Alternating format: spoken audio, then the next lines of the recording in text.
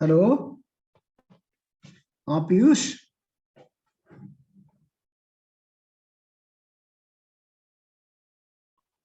हाँ सर, मैं सुन पा रहा हूँ आपको। और धन्यवाद सर, आप डॉक्टर रमाशंकर सिंह जुड़ चुके हैं और प्रोफेसर हितेंद्र पटेल सर भी जुड़ चुके हैं हमारे साथ। अ, बस कुछ समय बाद इस कार्यक्रम को अभी हम शुरुआत करेंगे। कुछ और प्रतिभागियों को तकनीकी वजह से जुड़ पा रहे हैं और जुड़ जाएं, उसके बाद फिर हम अपना कार्यक्रम शुरू करते हैं।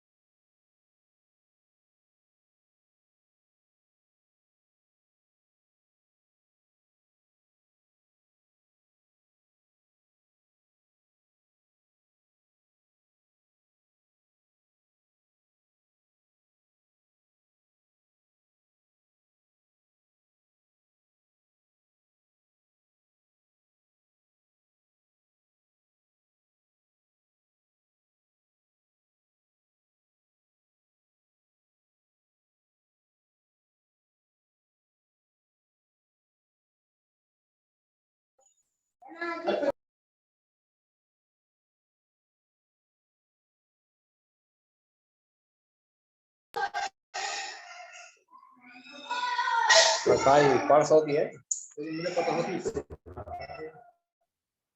मस्त बनी, लेकिन ये क्यों खोल दिया?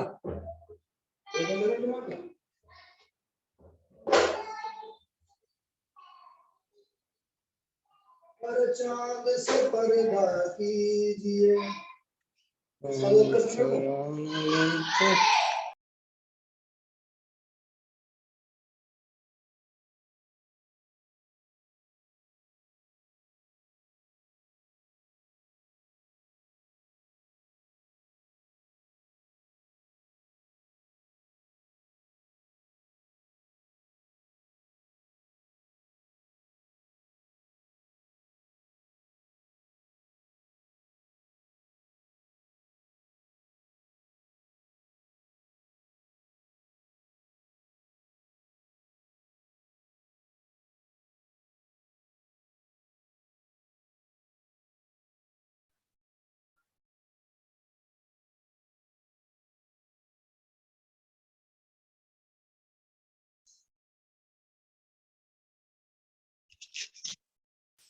नमस्कार,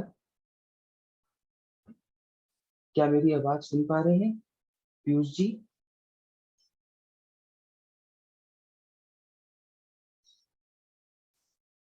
जी सर, आवाज सुन पा रहे हैं।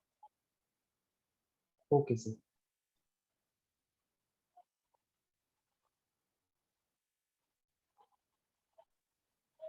नमस्कार,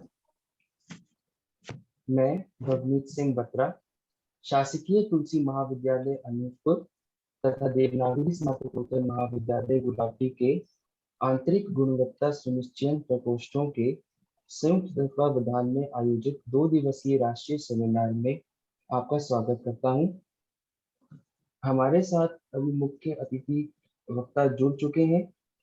आपसे मैं अनुमति चाहता हूं, हम 2 मिनट में इस सेमिनार को शुरू कर देंगे।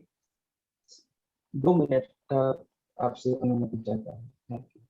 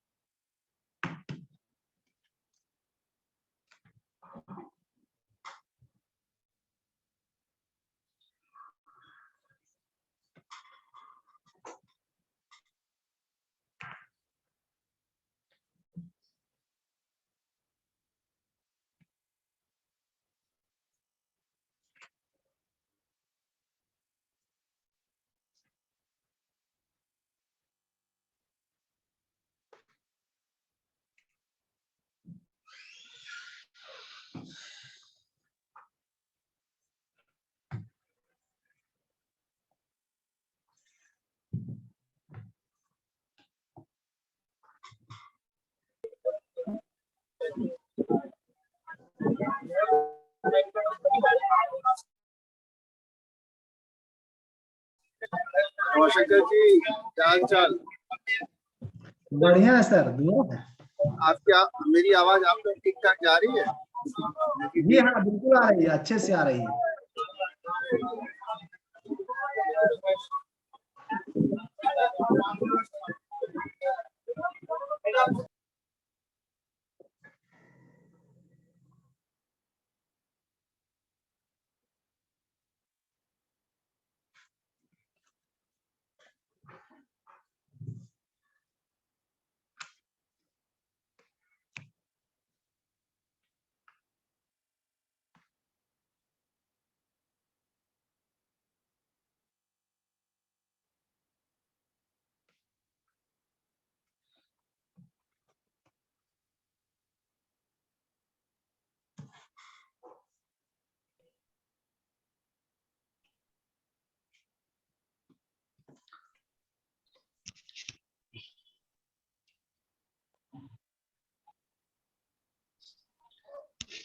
नमस्कार, मैं शासिक भवनीत सिंह बत्रा, शासकीय तुलसी महाविद्यालय अनूपपुर तथा देवनागरी स्नातकोत्तर महाविद्यालय गुलावटी के आंतरिक गुणवत्ता सुनिश्चयन प्रकोष्ठों के संयुक्त तत्वावधान में आयोजित 2 दिवसीय राष्ट्रीय सेमिनार हिंदी में सामाजिक विज्ञान अनुसंधान, अवसर, चुनौतियां एवं संभावनाएं में आपका स्वागत करता हूं। सबसे पहले मैं इस आभासी मंच पर आयोजन सचिव श्री पीयूष त्रिपाठी को आमंत्रित करता हूं कि इस वेबिनार की अवधारणात्मक टिप्पणी दें। पीयूष सर।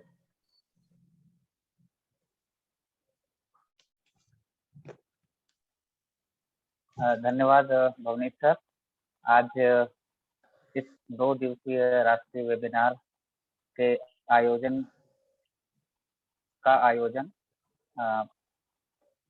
आंतरिक गुणवत्ता सुनिश्चयन प्रकोष्ठ तुलसी महाविद्यालय अनूपपुर और आंतरिक गुणवत्ता सुनिश्चयन प्रकोष्ठ देवनागरी महाविद्यालय गुलावटी बुलंदशहर के संयुक्त तत्वावधान में किया जा रहा है।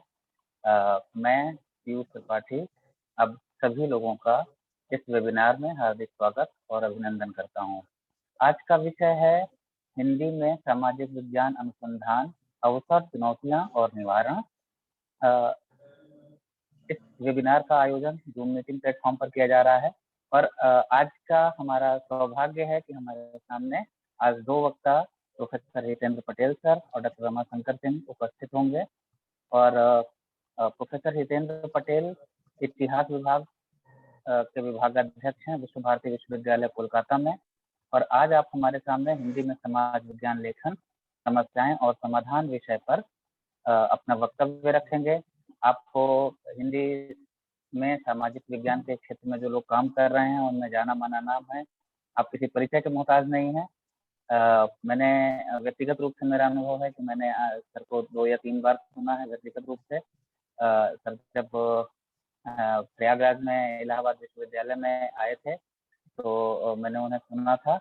और डॉक्टर रमाशंकर सिंह, आज आपको हिंदी में समाज विज्ञान क्यों, इस विषय पर हमारे सामने अपने अनुभव रखेंगे। दरअसल डॉक्टर रमाशंकर सिंह एक ऐसे अध्येता हैं जो वंचित वर्गों के बीच रहकर समाज विज्ञान के क्षेत्र में काम किए हैं और लगातार आपको इनके शोध पत्र या टिप्पणियां हिंदी के, अंग्रेजी के अखबारों में पढ़ते रहते हैं।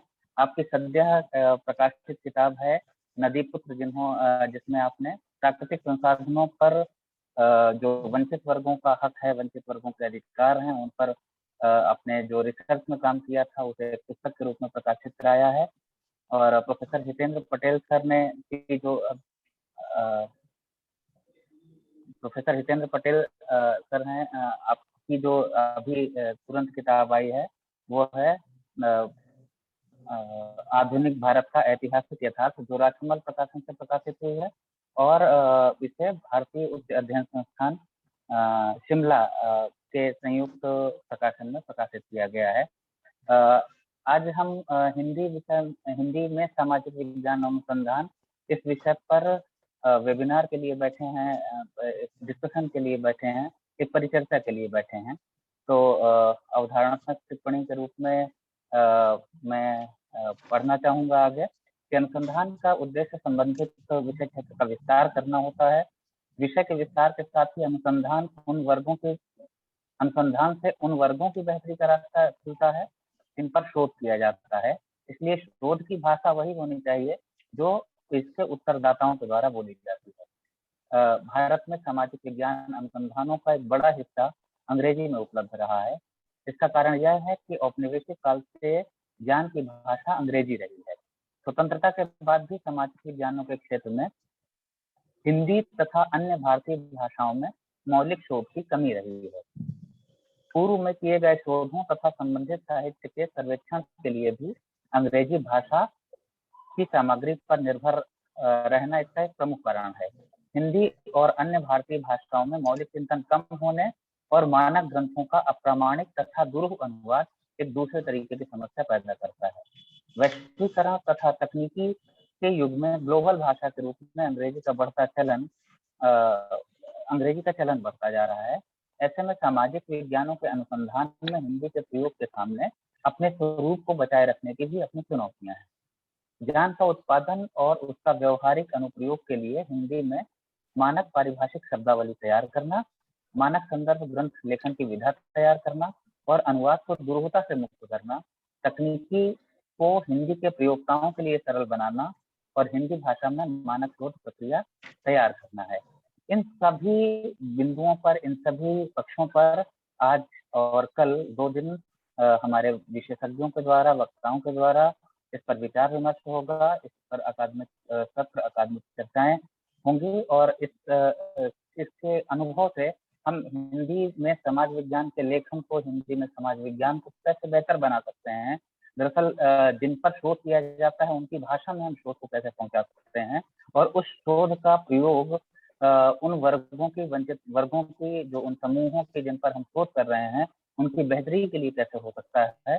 इन सारे मुद्दों के साथ साथ एक बार डॉक्टर रमाशंकर से मेरी चर्चा हो रही थी। उन्होंने कहा कि हिंदी में काम करना अंग्रेजी से ज्यादा दुरूह है, अंग्रेजी से ज्यादा कठिन है, क्योंकि हिंदी में उस तरीके के सॉफ्टवेयर विकसित नहीं हुए हैं जो कि जितने सरल तरीके से सॉफ्टवेयर हिंदी अंग्रेजी में विकसित हो गए हैं या यूरोपियन भाषाओं में विकसित हो गए हैं। तो इसकी बाजार की अपनी दिक्कतें हो सकती हैं, बाजार की अपनी मांग हो सकती है, ज्ञान की भाषा की अपनी मांग हो सकती है, ज्ञान के तरीके में जो अंग्रेजी का वर्चस्व है वो इसका कारण हो सकता है। लेकिन कौन कौन से ऐसे कारण हैं, कौन कौन से ऐसे प्रभाव हैं जिसकी वजह से हिंदी में सामाजिक विज्ञानों की स्थिति को उस तरीके से नहीं देखा जाता, उस तरीके से नहीं समझा जाता जिस तरीके से अंग्रेजी या अन्य यूरोपियन भाषाओं में ज्ञान का उत्पादन और ज्ञान का सृजन हो रहा है।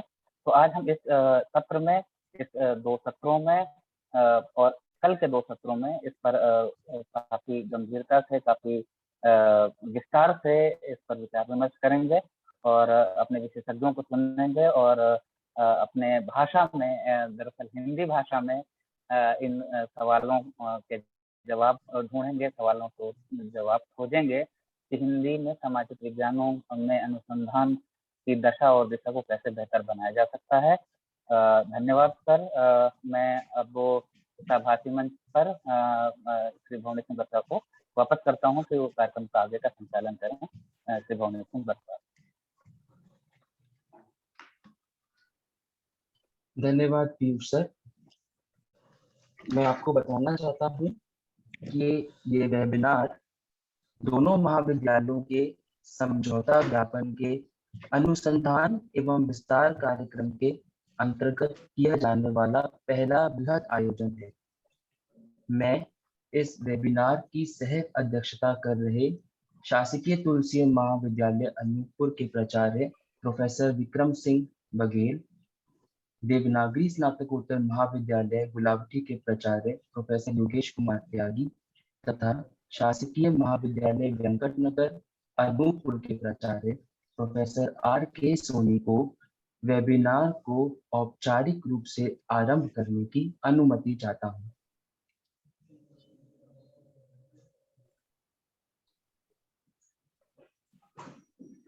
हमारे साथ अभी तकनीकी कारणों से प्रोफेसर योगेश कुमार त्यागी और प्रोफेसर विक्रम सिंह बघेल अभी नहीं जुड़ पाए हैं। मैं प्रोफेसर R.K. सोनी को आमंत्रित करता हूं कि वे इस कार्यक्रम को औपचारिक रूप से आरंभ करने की अनुमति दें। सर। धन्यवाद सर। आवाज आ रही है मेरी?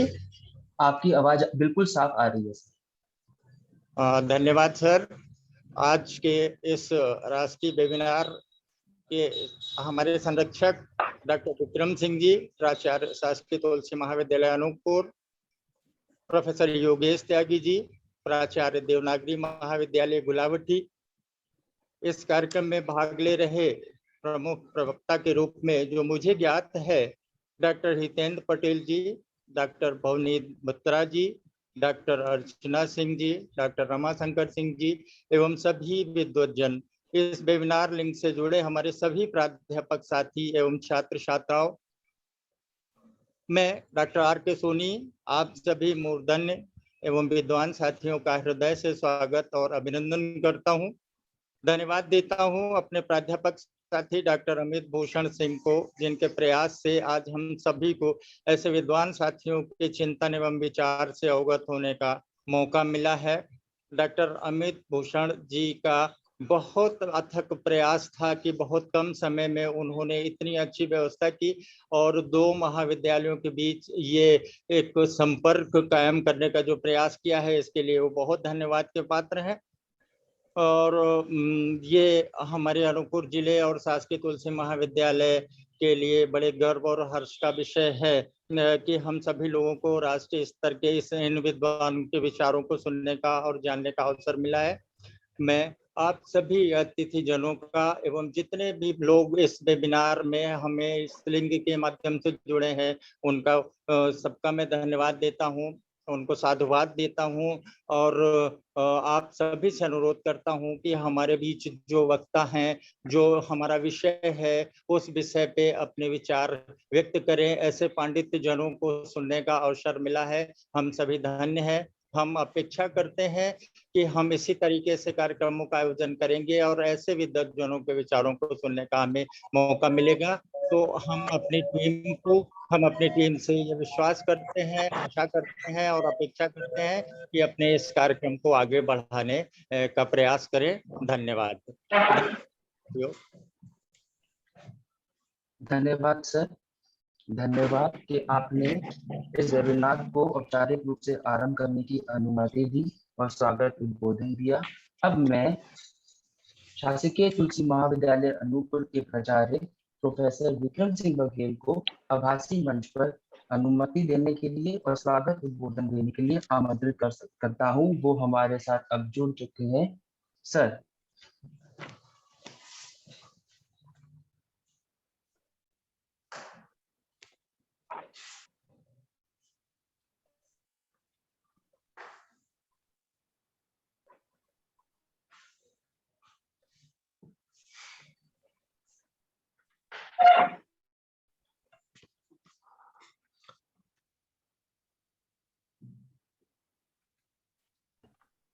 Hello hello. हेलो, आवाज आ रही है? यस सर, आपकी आवाज आ रही है।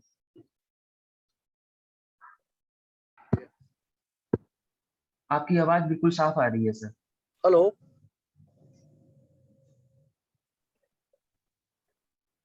सर आपकी आवाज स्पष्ट रूप से साफ आ रही है। Hello, okay.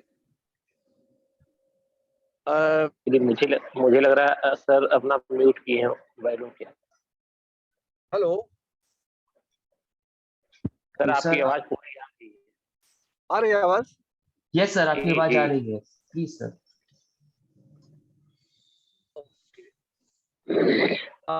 आज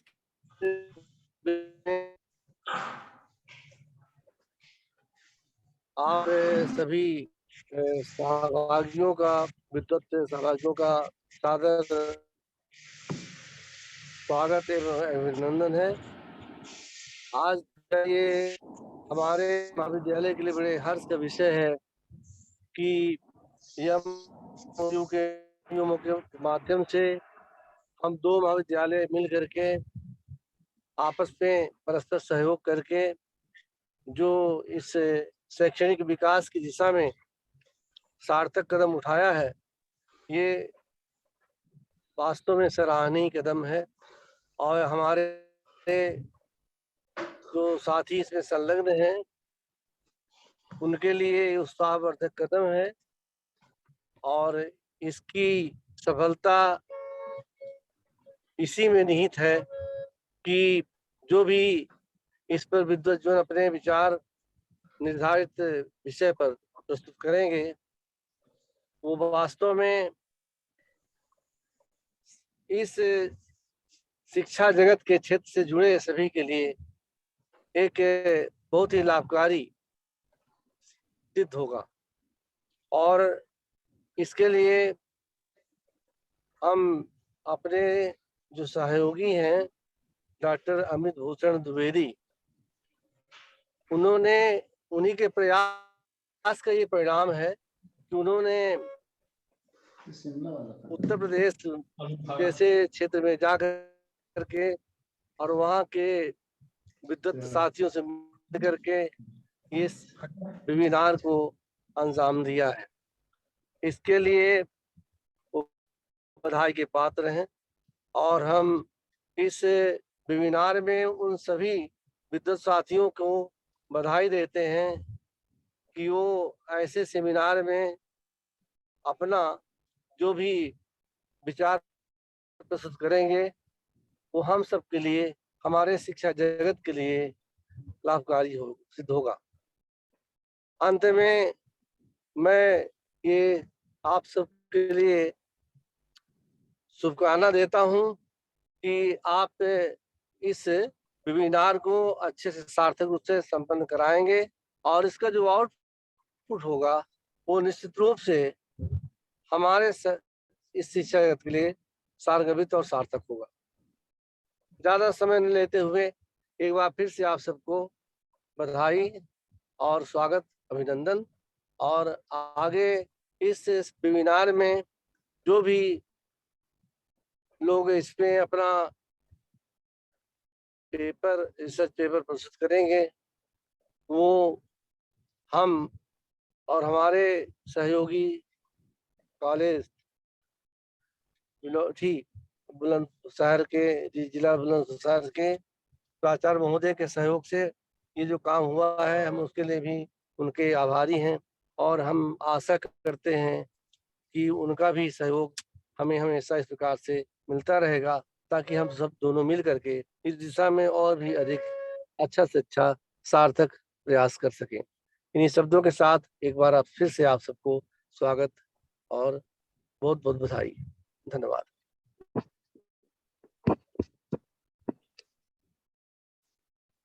धन्यवाद सर। अब मैं देवनागरी स्नातकोत्तर महाविद्यालय के प्राचार्य प्रोफेसर योगेश कुमार त्यागी को आभासी मंच पर इस प्रोग्राम को औपचारिक रूप से आरंभ करने की अनुमति देने के लिए तथा स्वागत उद्बोधन देने के लिए आमंत्रित करता हूं। Professor. Professor Bhavneet, am I audible? Yes sir, yes sir. मेरी आवाज आ रही है? आपकी आवाज आ रही है सर, आवाज आ रही है। थैंक यू वेरी मच मुझे इनवाइट करने के लिए। मैं बहुत संक्षिप्त में बोल पाऊंगा अभी, क्योंकि मैं अभी ड्राइविंग में था, तो मैं आपसे चाहूंगा कि मुझे आप दोबारा टाइम दें। अभी बता रहा हूँ। मैं अपने एमओयू पार्टनर प्राचार्य महोदय का हृदय से आभार प्रकट करता हूँ कि हमारा ये एमओयू हुआ और हम एक दूसरे से जुड़े और जिसके परिणाम स्वरूप हम एकेडमिक्स में आगे बढ़ते जा रहे हैं। Thank you very much sir, आपका बहुत बहुत धन्यवाद। इस पूरे प्रोग्रामिंग के लिए हमारे महाविद्यालय के राजनीति विज्ञान विभाग के प्रोफेसर्स को मैं तहे दिल से धन्यवाद देता हूं कि वो समय समय पर इन एकेडमिक एक्टिविटीज को बहुत अच्छे से ऑर्गेनाइज कर रहे हैं, बहुत अच्छे से चला रहे हैं। समस्त टीम को भी मैं साधुवाद देना चाहूंगा।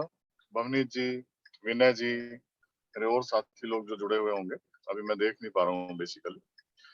आज के जो स्पीकर्स हैं उनका भी मैं आभार प्रकट करता हूँ कि उन्होंने हमारे लिए, हम दोनों एमओयू पार्टनर्स के लिए अपना अमूल्य समय दिया है। Thank you very much sir, all of you. Thanks a lot for your time, valuable time. Avneet ji, मैं इन्हीं शब्दों के साथ अभी विराम देता हूं और अभी मैं आपसे बाद में चाहूंगा कि मुझे बाद में थोड़ा टाइम दिया जाए। मैं ट्रैफिक में हूँ फिलहाल, तो ये उचित नहीं होगा कि ज्यादा मैं बोल पाऊँ। Thank you very much and welcome to all of you. Thanks a lot. Over to you Bhavneet ji. Thank you very much sir, thank you very very much. अब मैं डॉक्टर मनमोहन लाल को इस आभासी मंच पर इस वेबिनार के प्रथम दिन के प्रथम सत्र का संचालन करने के लिए आमंत्रित करता हूं, जिसमें डॉक्टर रमा शंकर सिंह दर्शकों को संबोधित करेंगे। Doctor Manmohan Lal ji, over to you.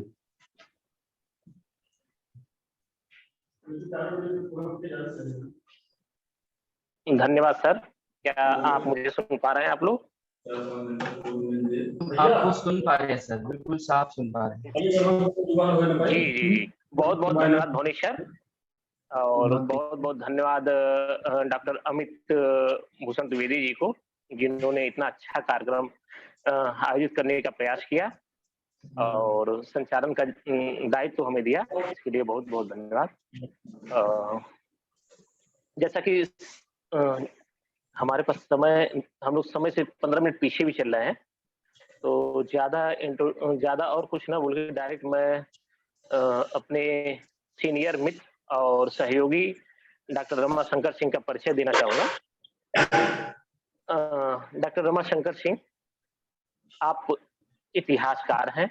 आपने डॉक्टर अंबेडकर विश्वविद्यालय दिल्ली के centre for research and archive India and indigenous knowledge and language system में एकेडमी फेलो हैं। आप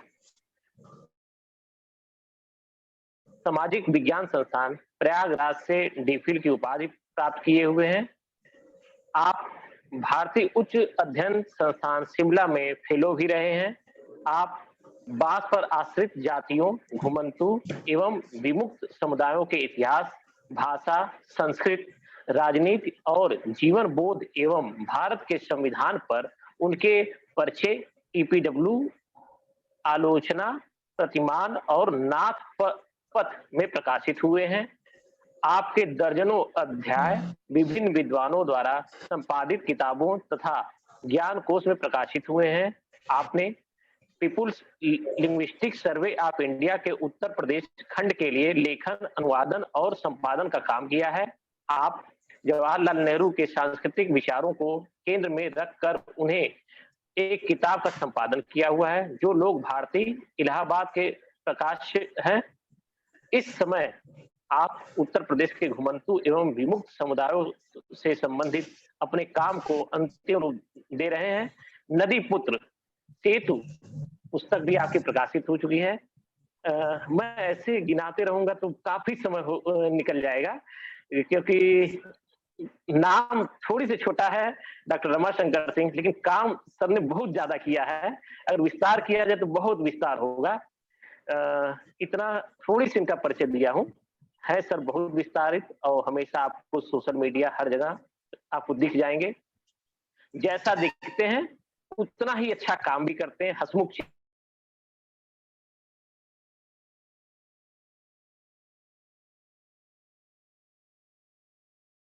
चेहरा बीच हमेशा उपस्थित रहते हैं सर।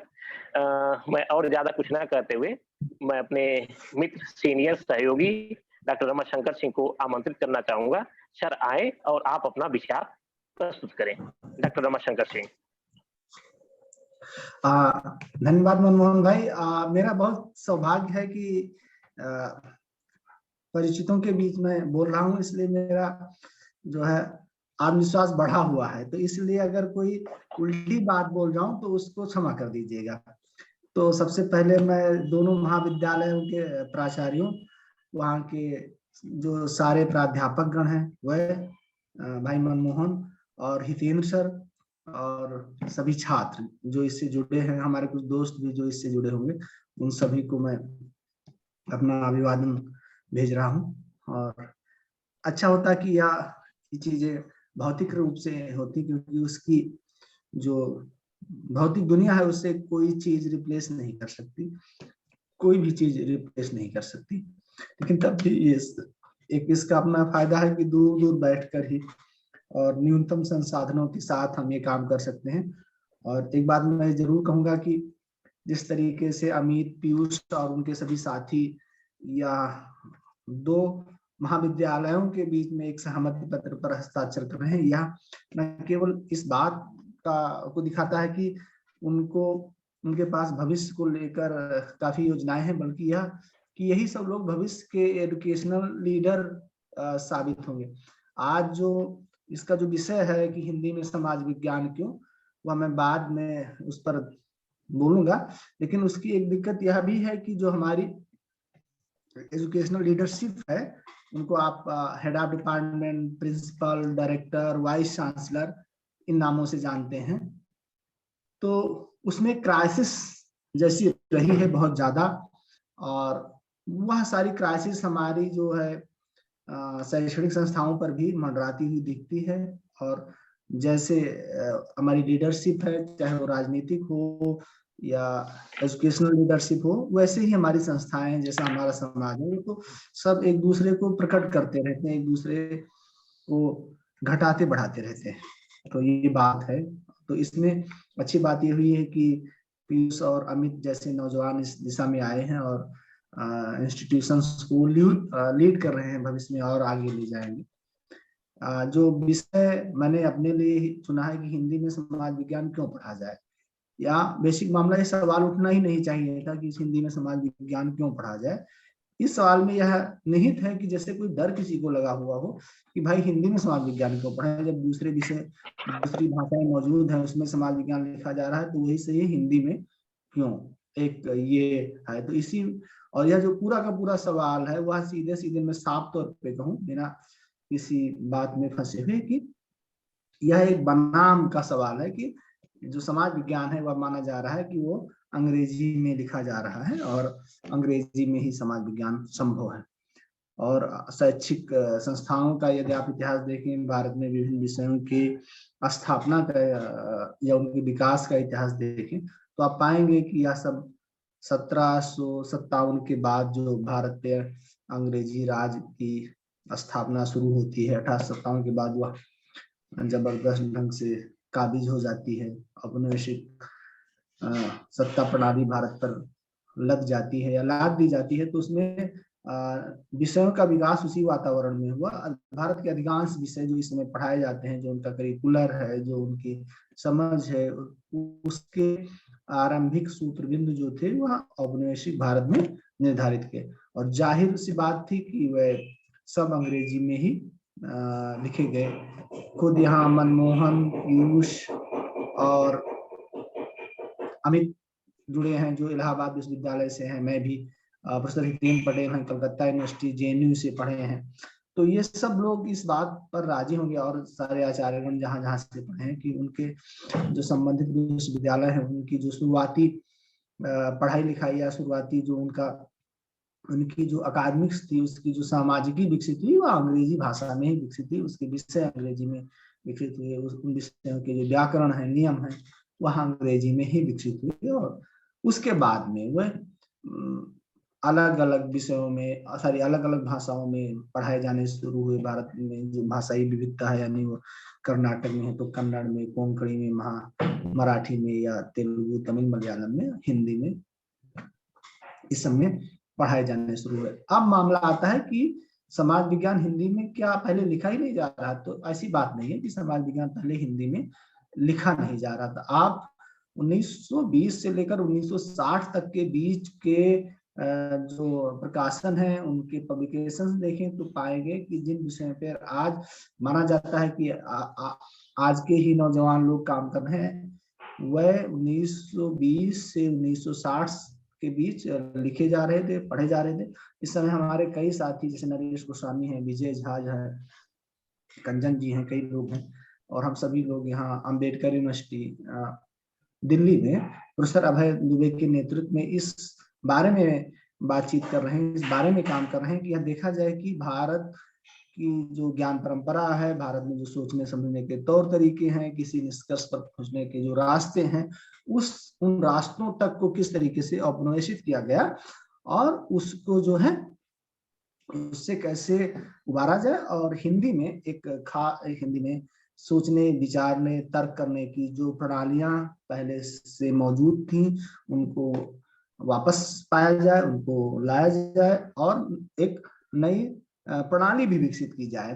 तो इस सब पे लोग काम धाम कर रहे हैं, और इससे बाहर भी बहुत सारे विद्वान काम कर रहे हैं। खुद जो आपके दूसरे वक्ता हैं प्रोफेसर हितेंद्र पटेल, वह इस पर बहुत बेहतर तरीके से पिछले 20-25 सालों से लगे हुए हैं, और वो अंग्रेजी में बहुत शानदार इतिहासकार हैं, अंग्रेजी में उन्होंने खूब लिखा है, और हिंदी उनका चुनाव है, और हिंदी में भी उन्होंने खूब अच्छी अच्छी किताबें लिखी हैं, और वो इस बात को कहीं बेहतर तरीके से बता पाएंगे कि कैसे भारत में एक जो है जो द्विभाषा वाले विद्वान थे, यानी एक अगर कोई बांग्ला जानता था तो अंग्रेजी भी जानता था, हिंदी जानता था तो बांग्ला जानता था, कभी कभी हिंदी, बांग्ला, मराठी और अंग्रेजी सब जानता था। और इस तरीके के विद्वान गायब होते गए और लगभग एक ही भाषा को बोलने वाले विद्वानों का बोलबाला होता गया है।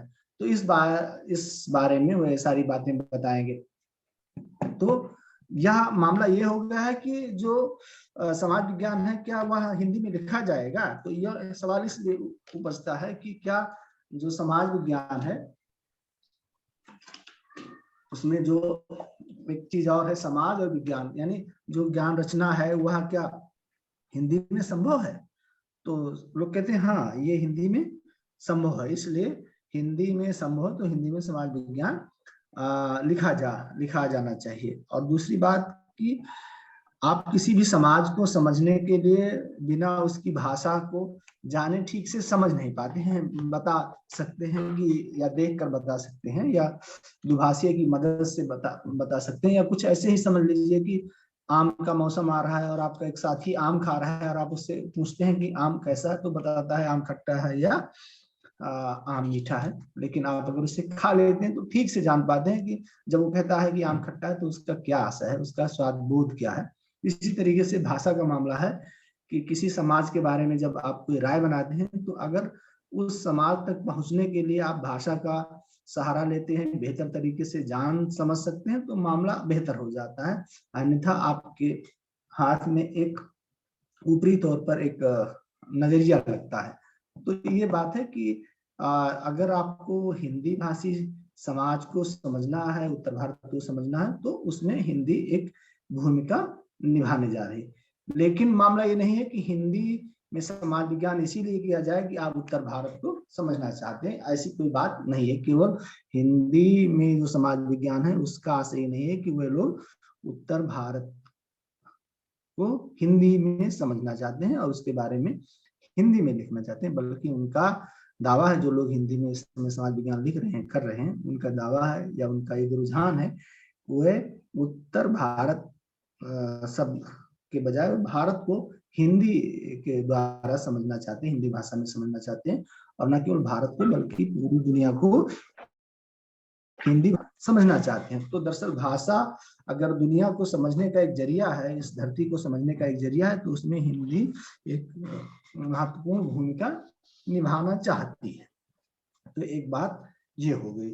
और दूसरी बात ये हुई कि क्या जो समाज विज्ञान लिखा जाएगा वो कहाँ का समाज विज्ञान लिखा जाएगा? चलिए हम इसे थोड़ा सा केवल उत्तर भारत पर ही केंद्रित करते हैं। तो उत्तर भारत पर जो शोध हो रहे हैं, विभिन्न भाषाओं के विद्वान, देसी विदेशी विद्वान इस पे खूब काम कर रहे हैं।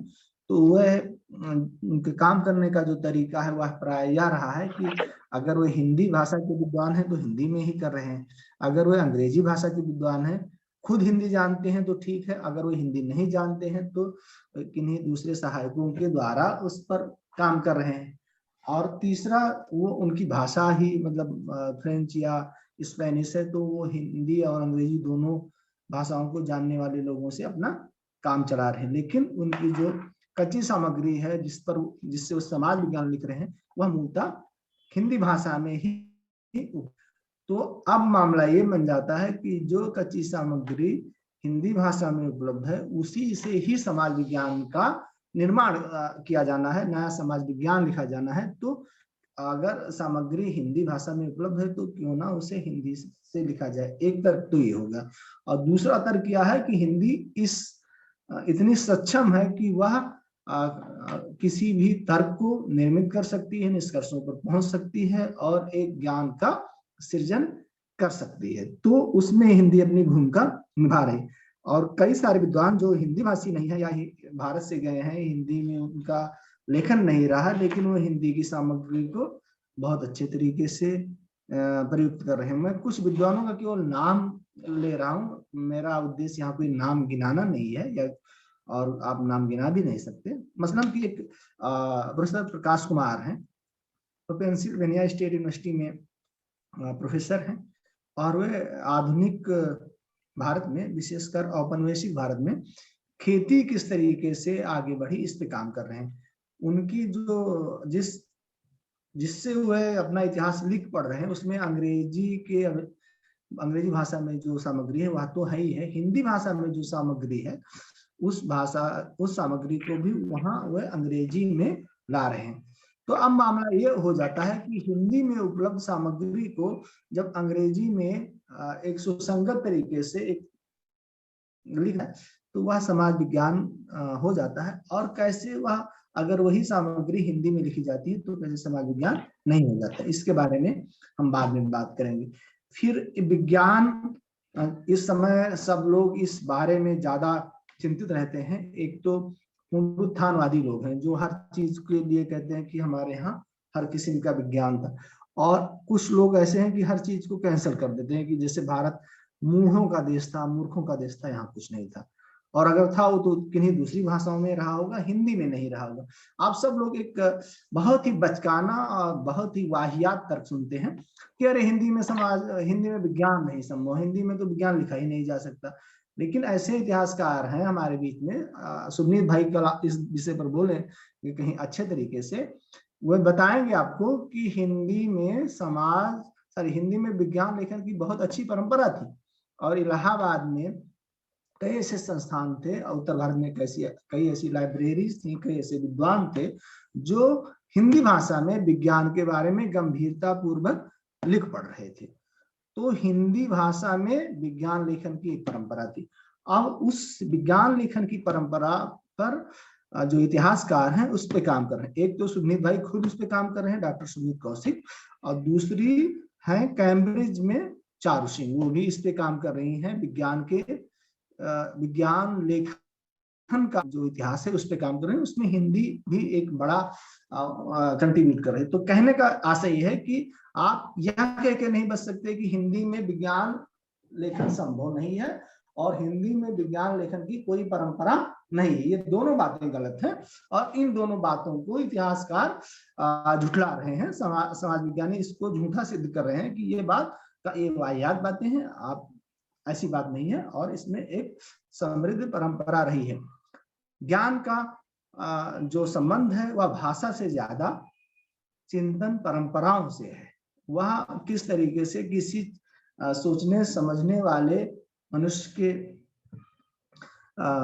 दिमाग में आता है, उस समाज समुदाय में आता है, देशों संस्कृतियों सभ्यताओं में आता है, इससे उसका ज्यादा संबंध है बनिस्बत इससे कि आप किसी एक भाषा को जानते हैं तो उस भाषा में आप बहुत अच्छे तरीके से वैज्ञानिक चिंतन संभव कर सकते हैं, और अगर कोई दूसरी भाषा जानते हैं तो आप वैज्ञानिक चिंतन से संपन्न नहीं हो सकते हैं। यह एक वाहियात बात है, और इसको विद्वानों ने सिद्ध किया है कि ये किस तरीके से एक औपनिवेशिक ढांचा है जिसके तहत आप सोचने के लिए न केवल बाध्य किए जाते हैं बल्कि एक दो पीढ़ियों के बाद इस झूठ को आत्मर्पित कर लेते हैं और ये कहने लगते हैं कि अरे भाई हिंदी में तो विज्ञान लेखन नहीं संभव, हिंदी में सब कुछ हो पाएगा लेकिन हिंदी में दर्शन शास्त्र नहीं लिखा जा सकता, हिंदी में आप कृषि विज्ञान कैसे लिखेंगे, हिंदी में मौसम की जानकारी कैसे करेंगे, हिंदी में कंप्यूटर कैसे चलाएंगे।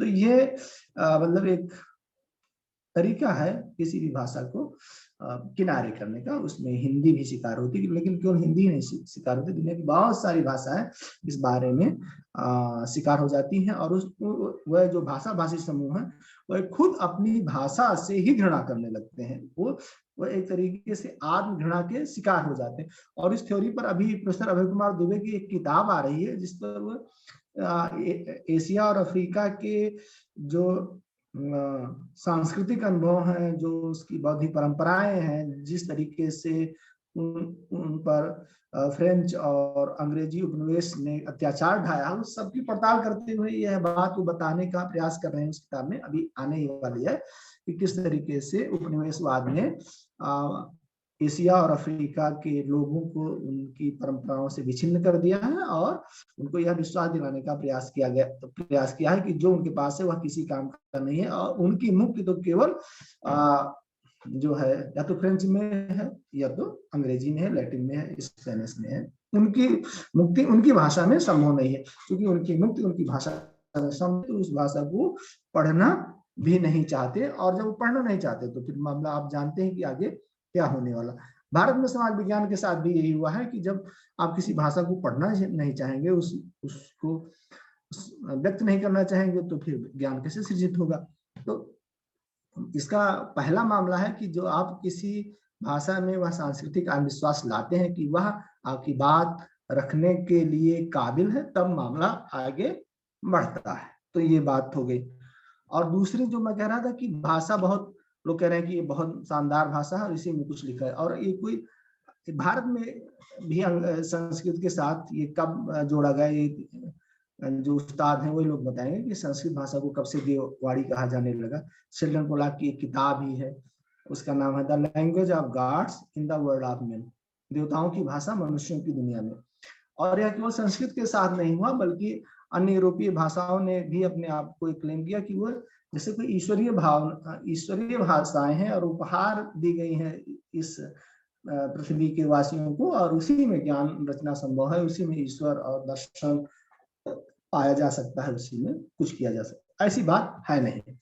संस्कृत के ही बारे में, जिस संस्कृत के बारे में कहा गया कि इसी में ही सब कुछ संभव, उसी संस्कृत भाषा में उसके खिलाफ बातें लिखी गई, उसको सरल करने का प्रयास किया गया और उसको जन जन तक पहुंचाने का प्रयास किया गया। अगर आप पुराणों के बारे में रोमिला थापर या रामफल शर्मा के काम पढ़ेंगे तो आपको इस बारे में बताएंगे कि पुराणों को सरल संस्कृत में इसलिए लिखा गया है कि वो जनता तक पहुंच सके, और इसके अलावा ढेर सारी जनपदीय भाषाएं उसी दौर में विकसित हुई। तो ये कोई जरूरी नहीं है कि जिस किसी भाषा को आप ईश्वरीय भाषा कहते हैं तो वही ज्ञान की भाषा होगी, बल्कि दूसरी भाषाएं भी ज्ञान की भाषा हो सकती हैं और होती हैं, ऐसा इतिहास कहता है। फिर उसके बाद एक बात ये होती है कि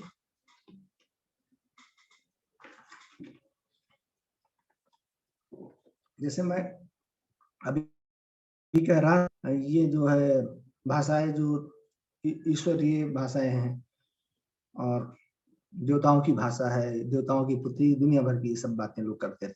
दूसरी बात ये कहते हैं कि इस चूंकि ये भाषाएं कमजोर हैं, इनका कोई ठीक से, इनकी जो बात करने की इनकी क्षमता है, बात को रखने की क्षमता है, बहुत दुरुस्त नहीं है।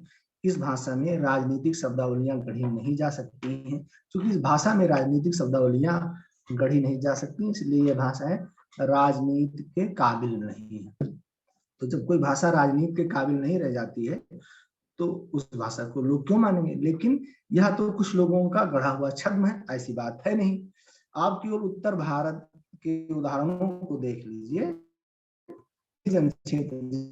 कहते हैं लगभग आधा भारत की आधी जनसंख्या उसमें रहती है, उसमें आप पाएंगे कि जो राजनीतिक आंदोलन हुए वो हिंदी भाषा में हुई, आजादी की लड़ाई हिंदी भाषा में हुई, बहुत सारी भाषाओं में हुई, हिंदी उसमें से हिंदी भाषा एक प्रमुख भाषा थी। तो आजादी की लड़ाई हिंदी भाषा में हुई, राजनीतिक आंदोलन उसके बाद हुए, पक्ष विपक्ष के आंदोलन उस भाषा में हुए, पर्यावरणीय आंदोलन जो हुए और जो उसमें तर्क विकसित किए गए, जो नारे विकसित किए गए, जो पैम्फलेट विकसित किए गए। आप चिपको आंदोलन के इतिहास को ठीक से पढ़ें, उनकी शेखर पाठक की किताब है हरी भरी उम्मीद, वाणी प्रकाशन से, आप सब नौजवानों को भी जरूर पढ़नी चाहिए जिन लोगों ने ना पढ़ी हो। तो आप उसमें पाएंगे कि जो उसकी पूरी सामग्री है, चिपको आंदोलन की जो सामग्री है जिससे वह किताब लिखी गई है, वह इस उसमें अधिकांश सामग्री, अधिकांश क्या लगभग 99% सामग्री जो है हिंदी की है।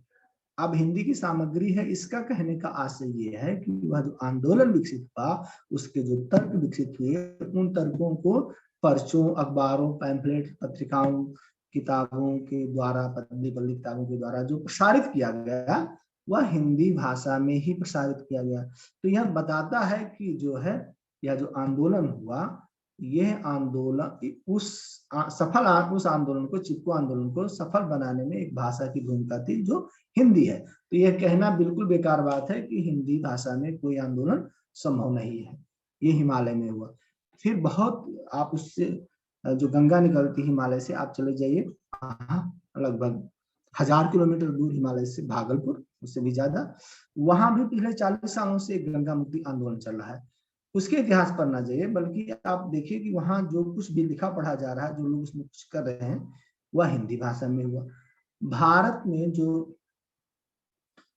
एक बड़ा मुकाम माना जाता है आपातकाल, और उसके बाद जो कांग्रेस सरकार की हार मानी जाती है, उसमें निश्चित ही उत्तर भारत का योगदान था। आप देखिए कि वह आंदोलन किस भाषा में हुआ, उसके जो कार्यकर्ता थे, नेता थे, छात्र थे, आम जनता थे, सबने एक दूसरे से किस भाषा में बात की। तो यह कहना कि एक भाषा जो है वो राजनीतिक रूप से सक्षम नहीं है किसी राजनीतिक विचार को आगे ले जाने के लिए, या किसी समाज के राजनीतिक उन्नयन के लिए हिंदी जो है सक्षम नहीं है, बात ठीक नहीं, तो झूठ बात है, इसको नहीं मानना चाहिए। और ये उदाहरण आपको ध्यान में रखना चाहिए। फिर यही बात आप महिलाओं के आंदोलनों के साथ कह सकते हैं। बोधगया के जो आंदोलन हुए और शराबबंदी के आंदोलन हुए, बहुत छोटे छोटे आंदोलन आप देखिए जो विकसित होते हैं किन भाषाओं में होते हैं। फिर सामाजिक न्याय के आंदोलन जो उत्तर भारत में हुए, आप शुरुआत से ही देख लीजिए, जैसे बहुत सारे लोगों ने इधर बदमाशीपूर्ण तरीके से, मुझे ये सब इस्तेमाल करने से बचना चाहिए, बदमाशीपूर्ण, चलिए मैं कहता हूँ थोड़ा उनका दुराग्रह है, ये सब मैं वापस लेता हूँ बदमाशीपूर्ण, मैं कहता हूँ कि थोड़ा उनका दुराग्रह है। और वो कहते हैं कि भाषा में जो मुक्ति के आंदोलन है वो नहीं किए जा सकते। तो आप ये देखिए कि राम मनोहर लोहिया ने इस बात रखी कि पिछड़ों को आगे किस तरीके से ले जाया जाए। फिर रामविलास पासवान, आप देखिए उन्होंने राजनीति, आप उनसे सहमत हो या ना, जिन लोगों का मैं नाम गिना रहा हूँ उससे आप सहमत हो या ना सहमत हो, ये आपकी अपनी राजनीतिक चॉइस है, लेकिन आप ये नहीं कह सकते कि हिंदी में कोई मुक्ति का आंदोलन नहीं चलाया जा सकता। रामविलास शर्मा, लालू यादव, मायावती, मुलायम सिंह यादव, ऐसी एक परंपरा है पूरी जिन्होंने पिछड़े और दलितों के आंदोलन को आगे बढ़ाया। और खुद मैं पिछले 10 वर्षों से जिन जगहों पे मैं काम कर रहा हूँ, निषादों, विमुक्त समुदायों के बीच में, उनकी जो तर्क प्रणाली है वह किसी दूसरी भाषा में नहीं है उत्तर भारत में, बल्कि वह हिंदी में है। अगर आप आंध्र प्रदेश में जाएंगे निश्चित वह तेलुगु में होगी, आप केरल में जाएंगे वो मलयालम में होगी। तो यह कहना कि किसी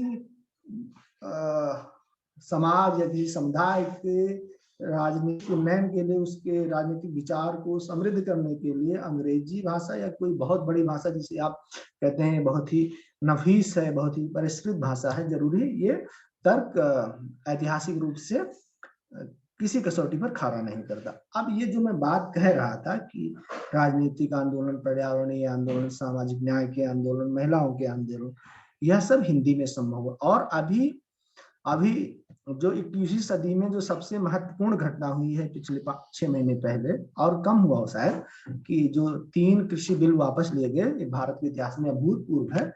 आप देखिए कि किसानों ने अपनी बात किस भाषा में रखी, वह बिल्कुल खड़ी बोली और बहुत ही, आप जिसे आप नफीस नहीं कह सकते, किसानों की बोली में उन्होंने अपनी बातें रखी, पंजाबी में रखी, हिंदी में रखी, कौरवी में रखी, जो इस इलाके में जो बोलियां बोली जाती हैं। और उन्होंने सरकार को इस बात के लिए मजबूर कर दिया कि वह उनकी बात समझे। तो मामला कुछ दूसरा है और लोग बता कुछ दूसरा रहे हैं कि आप जो है ये भाषा राजनीति के काबिल नहीं है, ये झूठ बात है, ये किसी भी भाषा के लिए झूठ बात है। अब ये सब जो कुछ हो रहा है इसको दर्ज कैसे किया जाएगा? यह सब कुछ जो हो रहा है वो उसको कैसे दर्ज करेंगे आप? तो उसको निश्चित ही आप दर्ज करेंगे उसी ये आपकी चॉइस है कि आप उसे स्पेनिश में, लैटिन में, फ्रेंच में, किसी भी भाषा में दर्ज करें, मलयालम, तेलुगु, तमिल में दर्ज कर सकते हैं। लेकिन अगर आप इसे हिंदी में दर्ज करेंगे और हिंदी में ये आंदोलन हो रहा है तो इसको आप अच्छे से, आराम से, ठीक से दर्ज कर सकते हैं।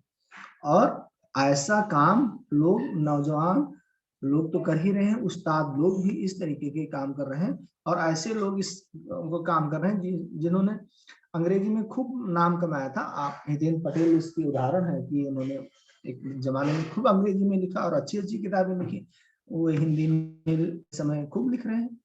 कई लोग ऐसे हैं जो हिंदी में लिख रहे हैं। ऐसा इसलिए है कि उनको लगता है कि इस बात को हिंदी में बहुत अच्छी तरीके से व्यक्त कर लेंगे, और उससे भी ज्यादा जहां के बारे में बात लिखी जा रही, जिनके बारे में ये बात लिखी पढ़ी जा रही, वहां तक वो उसको वहां तक पहुंचा देंगे। और वहां तक क्यों पहुंचा देंगे? क्योंकि वे जानते हैं कि उनके लिखे पढ़े कहे हुए का एक सामाजिक मूल्य भी है, और वह सामाजिक मूल्य उस भाषा में कहीं बेहतर तरीके से प्रसारित हो सकेगा। तो इसलिए हिंदी में इस समाज विज्ञान न केवल संभव है बल्कि उसका एक सम्मानित भविष्य भी है। ऐसा नहीं कि आप हिंदी में लिखेंगे तो आप असम्मानित रह जाएंगे, बल्कि हिंदी में समाज विज्ञान लिखने का कम से कम हिंदी जन क्षेत्र में एक सम्मानित भविष्य। मैं इसके बाद ये बात बताऊंगा कि न केवल हिंदी जन क्षेत्र में बल्कि दूसरी जगहों पर भी इसका एक बेहतर सम्मान है।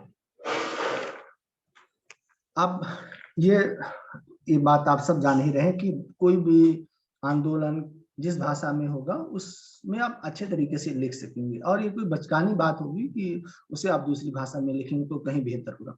आप उससे दूसरी भाषा में भी लिख सकते हैं, तीसरी चौथी पांचवी भाषा में लिख सकते हैं, कोई दूसरा लिख सकता है, लेकिन यह आरोप बहुत काम का नहीं। अब दूसरी बात यह है कि हिंदी में शोध कर लेंगे तो इसका क्या करेंगे? यह सवाल बहुत सबके सामने आता है, मेरे सामने भी आया था। और सन 2010 में जब मैंने शोध करना शुरू किया था तो यहाँ इलाहाबाद में गोविंद बल्लभ पंत सामाजिक विज्ञान संस्थान, आप सब लोग जानते हैं कि इलाहाबाद बहुत प्रमुख रूप से हिंदी भाषी शहर है, हिंदी भाषी इलाका है। और मैं अपने परिवार का पहला पढ़ा लिखा आदमी था, यानी जो ऐसी कोई बड़ी परंपरा नहीं थी कि मैं अंग्रेजी ना परिवारों से आता रहा हूँ, मैं भी केवल हिंदी ही जानता, थोड़ी थोड़ी अंग्रेजी जानना शुरू किया। तो 2-3 साल काम करने के बाद मैंने अपने सुपरवाइजर मिस्टर बद्रीनारायण से पूछा कि मैं अंग्रेजी में लिखना चाहता हूँ। तो उन्होंने कहा कि आप जितनी मेहनत अंग्रेजी सीखने में करेंगे उतनी मेहनत आपको हिंदी में अपना शोध करने में लगानी चाहिए, आप बेहतर शोध कर सकेंगे। तो क्या हुआ कि मैंने अपना पूरा शोध हिंदी में किया, और पीयूष और अमित भूषण इस बात की गवाही देंगे कि मैं अपने संस्थान का पहला छात्र था जिसने हिंदी में पीएचडी जमा की, पूरी कंप्लीटली, अवार्ड भी हो गई। अच्छा, तो फिर बहुत सारे मेरे दोस्तों ने कहा कि इसका क्या करोगे, इसका क्या करोगे। तो उससे मैंने 2 शोध पत्र निकाले, अच्छी जगहों पर छपे, प्रतिमान में, जो हिंदी का एक बढ़िया जर्नल है, अभी वाणी प्रकाशन से निकलता है, प्रोफेसर अभय कुमार दुबे उसके संपादक रहे हैं। उसमें आप सुखदीप भाई के बहुत ही शानदार लेख पढ़ सकते हैं, और कई साथियों के, नौजवानों की एक सपना है कि उसमें छपे। इधर कुछ और नए जर्नल आए हैं, सामाजिकी हम लोगों ने निकाला है, गोविंद बल्लभ पंत सामाजिक विज्ञान संस्थान से आलोचना निकलती, कई ऐसे जर्नल निकल रहे हैं। तो वहाँ ये लेख जो है छपा, और उस लेख को छपने के बाद फिर मैंने अब 2 जगहों पे फेलोशिप के लिए अप्लाई किया, Nehru memorial museum and library और भारतीय उच्च अध्ययन संस्थान शिमला। मुझे दोनों जगह से साक्षात्कार के लिए बुलावा आया। मेरा भारतीय उच्च अध्ययन संस्थान शिमला में हो गया, यहाँ नेहरू मेमोरियल में नहीं होता। लेकिन ये बताता है कि हिंदी में लिखने से ऐसा नहीं है कि आपके लिए अवसर जो है बंद हो जाएंगे, दरवाजे आपके लिए बंद हो जाएंगे और वो कभी नहीं खुलेंगे, बल्कि कभी कभी तो ऐसा होता है कि आप उस भाषा में लिख रहे हैं तो कहीं अवसर ज्यादा आपके लिए खुल जाते हैं। और ये हुआ कि हाँ, तो मुझे वहाँ फेलोशिप मिल गई, और फिर एक फेलोशिप फिर उसी हिंदी में काम करने के, आपको काम ठीक ठाक करना चाहिए। यह केवल मेरे बारे में नहीं सही है, बल्कि ऐसे सभी नौजवान छात्राओं, थर्ड जेंडर के लोगों के बारे में सही है जो किसी भी भाषा में खूब मन लगा के काम कर रहे हैं, उनको तवज्जो मिल रही। लेकिन हाँ, संस्थागत रूप से भारत डबल ब्राह्मणवाद का शिकार है। डबल ब्राह्मणवाद का मेरा कहने का आशय ये है कि भारत में जो चातुर्वर्ण व्यवस्था थी उसको कोई अगर न्यायोचित ठहराए तो मैं उससे सहमत नहीं हूँ। और उसमें यह था कि लोगों को जात के आधार पर ऊंचे नीचे में बांटा गया था, फिर उसके बाद भाषा के आधार पर ऊंच नीच में बांट दिया गया। अब ये नए किस्म का जो ब्राह्मणवाद है उसमें क्या है कि अगर आप अंग्रेजी नहीं जानते हैं तो आप अछूत हैं, अस्पृश्य हैं। तो कुछ लोग इस सोच के हैं और वह उन लोगों से ऐसा मतलब भेदभावपूर्ण व्यवहार करते हैं कि जो अंग्रेजी नहीं जानते या बोल नहीं पाते या जिनका चुनाव जो अंग्रेजी जानते हैं लेकिन अंग्रेजी में बोलते नहीं, जो चुनाव करते हैं किन्हीं जन भाषाओं का, मसलन मराठी, बंगाली या हिंदी का, उनको वह हे नजरिए से देखते हैं। तो इसका कभी कभी तिक्त अनुभव लोगों को रहा है, और ऐसे बहुत सारे लोग हैं कि जो हमारे आसपास में है, जो अंग्रेजी में लिखी गई सेकंड रेट की पीएचडी को बहुत ज्यादा तवज्जो देंगे बनिस्बत इस बात के कि हिंदी में किसी ने काम किया तो उसको वो बहुत तवज्जो देने के पक्ष में नहीं रहेंगे। चयन समितियों में जाएंगे तो उन्हीं को ही चयन करेंगे। ये एक दिक्कत है, लेकिन ये हमेशा दिक्कत नहीं है, और ये तेजी से बदल भी रहा है। मतलब इस इतिहास की सबसे खूबसूरत बात यह है कि आप इसको हमेशा के लिए कब्जे में नहीं कर सकते। ऐसा कोई व्यक्तियों का समूह जिसके पास बहुत ज्यादा ताकत हो, वह भी इतिहास को अपने कब्जे में, उसी गति को अपने कब्जे में कर नहीं सकता, वो लगातार बदलता रहता है। यही बात अंग्रेजी और अन्य जो वर्चस्वशाली भाषाएं रही हैं उनके साथ हुआ है कि वह अब इतिहास उनके हाथ से थोड़ा सा फिसल रहा है। अभी बहुत तेजी से नहीं फिसला है, लेकिन उनके हाथ से फिसल रहा है, और दूसरी भाषाएं उसमें आ रही। अभी तक केवल यह तक दिया जा रहा था कि लोग हिंदी इसलिए पढ़ते हैं कि हिंदी बाजार की भाषा है, और हिंदी में बहुत बड़ा बाजार है इसलिए हिंदी सीखेंगे। ये बचकाना तर्क है कि हिंदी केवल बाजार की भाषा है इसलिए हिंदी सीखेंगे। नहीं, हिंदी बाजार की भाषा से ज्यादा हिंदी राजनीति की भाषा है। हर भाषा, भारत की बोली जाने वाली हर भाषा उस क्षेत्र की राजनीति की भाषा है, और इसलिए सबसे ज्यादा इस समय ये हो गया है कि हिंदी ने खास किस्म की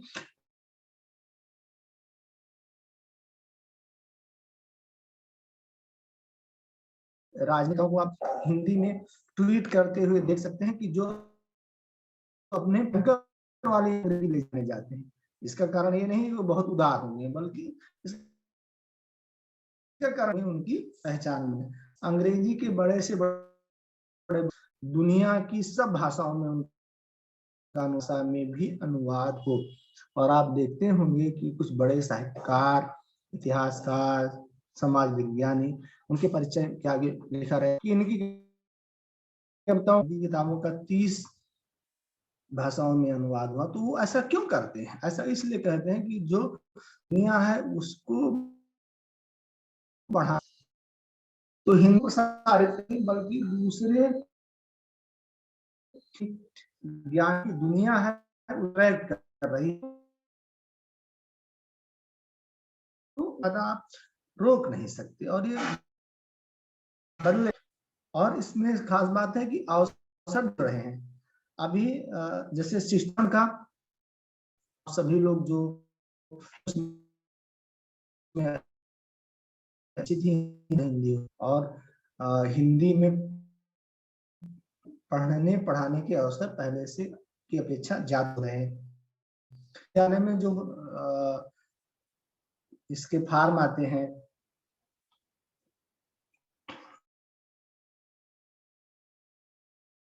नहीं है कि दिल्ली एक कॉस्मोपॉलिटन शहर है, पूरे भारत भर के, दुनिया भर के छात्र वहां आते हैं, लेकिन उसमें सबसे बड़ी संख्या उत्तर भारत के छात्रों की रहती है, और उनमें से बहुत सारे लोग अंग्रेजी में उतने सहज नहीं, तो हिंदी उनके लिए जरूरी होती। तो ये माना जाता है कि जो अध्यापक हिंदी जानते हैं उनके लिए तो उनको थोड़ा वरीयता दी जा सकती है। पत्रकारिता का बहुत बड़ा क्षेत्र अभी बचा हुआ है, और हिंदी जन क्षेत्र में खूब संभावना है। अभी इसमें 70% से ज्यादा साक्षरता नहीं हुई है, और साक्षरता आगे से और बढ़ना है, और इसके नए नए परिदृश्य खुलेंगे। सूचना तकनीक का मामला खूब अच्छे तरीके से बढ़ रहा है, हम सब देख ही रहे हैं। कंसल्टेंसी का मामला अब ये हो गया है कि हिंदी में ही लोग समझना चाहते हैं, जानना चाहते हैं कि उनकी समस्याएं, उनकी दिक्कत हिंदी में ही सुलझाई जाए। और उसके अलावा जो सरकारी एजेंसियां हैं या गैर सरकारी एजेंसियां हैं, अंतर्राष्ट्रीय एड इंस्टीट्यूशंस हैं, वह भी हिंदी में काम करने को थोड़ा आगे आ रहे हैं। और अनुवाद का मामला है, अब अनुवाद में मामला थोड़ा अब यहाँ से अंतिम से मिले। पूछ सकते हैं कि अगर हम केवल हिंदी ही जानेंगे तो क्या काम चल जाएगा? बहुत ही नाजुक सवाल है। आप केवल अगर हिंदी जानते हैं तब भी आपका काम चल जाएगा, लेकिन अगर वह भाषाएं अगर आती हैं तो बहुत अच्छी बात। ये संस्कार से कुछ भी सीखे और जितनी ज्यादा भाषाएं आप जाने उतनी ज्यादा आपकी जो ज्ञान सृजन की क्षमता है वो बढ़ती जाएगी, और न केवल उससे आप लंबे समय तक समाज विज्ञान को बेहतर बनाने में मदद कर सकेंगे, बल्कि आप खुद के लिए व्यक्तिगत रूप से या सामूहिक रूप से आय के नए स्रोत सृजित कर सकते हैं। अभी जो सबसे ज्यादा अनुवाद होता है वह अंग्रेजी भाषा से हिंदी भाषा में, अंग्रेजी से अन्य भाषाओं से। अभी ये द्विभाषी अनुवाद है और मुख्यतः उसमें एक भाषा अंग्रेजी है। लेकिन अगर आप फारसी या संस्कृत मराठी सीख लें तो आपकी यह क्षमता बढ़ जाती है। विशेषकर जैसे मध्य प्रदेश में जो छात्र हैं उनमें उनकी इंदौर के और निचले इलाकों से जो लोग आते हैं उनकी एक भाषा मराठी भी है। तो उसको अगर आप अच्छे तरीके से जान लेते हैं, हिंदी से मराठी में, मराठी से हिंदी में खूब अच्छा अनुवाद कर सकते हैं, अंग्रेजी में कर सकते हैं, अंग्रेजी से मराठी या हिंदी में कर सकते हैं। इसकी सबसे अच्छी बात है कि एक शब्द का इसमें मूल्य है कि आप 1.5 रुपए से लेकर 4 या 5 रुपए तक आप कमा सकते हैं। यह मैं इसलिए कह रहा हूं कि इस व्याख्यान से नौजवान काफी जुड़े होंगे जो बीए और एमए कर रहे हैं और सामान्य घरों के बच्चे हैं, उनको पैसा नहीं मिल पा रहा है। तो अगर वे अन्य भाषाएं सीख लेंगे और नई दक्षताएं विकसित कर लेंगे, नई स्किल विकसित कर लेंगे तो उनके लिए मामला बन जाएगा। एक बात कहकर मैं अपनी बात खत्म करूंगा। आप लोग नई शिक्षा नीति के बारे में सब लोग जानते हैं और अमित भाई उस पर काफी जोर डालते रहे नई शिक्षा नीति। मैंने उसको जितना पढ़ा है जो है उसकी बहुत सारी बातों से मैं असहमत हूँ। उसमें एक बात जो बहुत आकर्षक मुझे लगी वह लगी कि multilingualism and power of language, बहुभाषावाद और भाषा की ताकत की यह बताती है कि पिछले दिनों और अमूमन 5-6 महीने में भारत में विवाद उठता रहता है कि क्या हिंदी ही इस देश की भाषा होनी चाहिए, हिंदी ही राष्ट्रभाषा होनी चाहिए। तो बहुत सारे लोग कहते हैं कि नहीं भाई, हिंदी ही राष्ट्रभाषा नहीं होनी चाहिए, क्योंकि एक भाषा इस देश पे लादी नहीं जा सकती। बिल्कुल हिंदी इस देश की एकमात्र भाषा नहीं हो सकती। और दूसरी यह कि अन्य भाषाएं भी रहें। लेकिन उसमें दिक्कत जो है, जो अभी इधर के दिनों में प्रोफेसर अभय दुबे ने कहना शुरू किया, लोग इस बात को तो स्वीकार कर रहे हैं कि वह भाषावाद रहे, लोग इस बात को स्वीकार कर रहे हैं कि देश में बहुभाषावाद रहे, लेकिन सहित किसी भी भाषा को प्रमुखता नहीं देना चाहते। यानी वह जब आप कहेंगे कि हिंदी क्या राष्ट्रभाषा है तो कहने नहीं, हिंदी राष्ट्रभाषा नहीं है, क्योंकि जैसे हिंदी आप राष्ट्रभाषा करेंगे तो इससे फासीवादी तरीका होगा और इससे देश टुकड़ों टुकड़ों में बढ़ जाएगा, जिस तरीके से रूस में हुआ, सोवियत संघ में। बात निश्चित रूप से सही, लेकिन जो अंग्रेजी भाषी वर्चस्वशाली समूह है वह यह कहता है कि आप अंग्रेजी का ही झुंझुना बजाते रहिए। बेसिक मामला है कि देश की सभी भाषाओं को विकसित होने अवसर मिले। हिंदी भाषी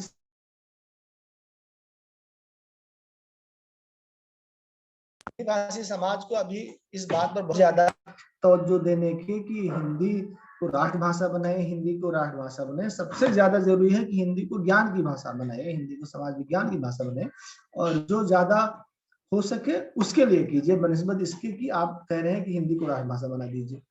और हिंदी को आप राष्ट्रभाषा भी बनाने को सोच नहीं सकते, क्योंकि भारत की जो सामाजिक सांस्कृतिक संरचना है वो इसकी इजाजत नहीं देता कि अगर आप ऐसा करेंगे तो दिक्कत होगी, निश्चित ही दिक्कत होगी, ऐतिहासिक दिक्कत में आप फंस जाएंगे। लेकिन इस केवल यहीं तक आप अपने सवाल को ले जाते हैं और हिंदी में ज्ञान विज्ञान की जो कार्यवाही है उसको आगे नहीं बढ़ाते हैं। तो जब तक इसको आप आगे नहीं ले जाएंगे तब तक मामला नहीं बनेगा। अब नई एजुकेशन पॉलिसी में ये तो कहा गया कि बहुभाषावाद होना चाहिए और अध्यापकों को कम से कम बाइलिंगुअल होना चाहिए, 3 भाषा फार्मूले की बात की गई। लेकिन इसमें एक ये है कि कहीं इस बात का जिक्र तक नहीं किया गया पूरी उस डॉक्यूमेंट में कि वह अध्यापक या वह छात्र जो अपनी भाषाओं में पढ़ाई करेंगे उनको जॉब कैसे मिलेगा, उसकी प्रक्रिया को समझाना चाहिए। होता क्या है कि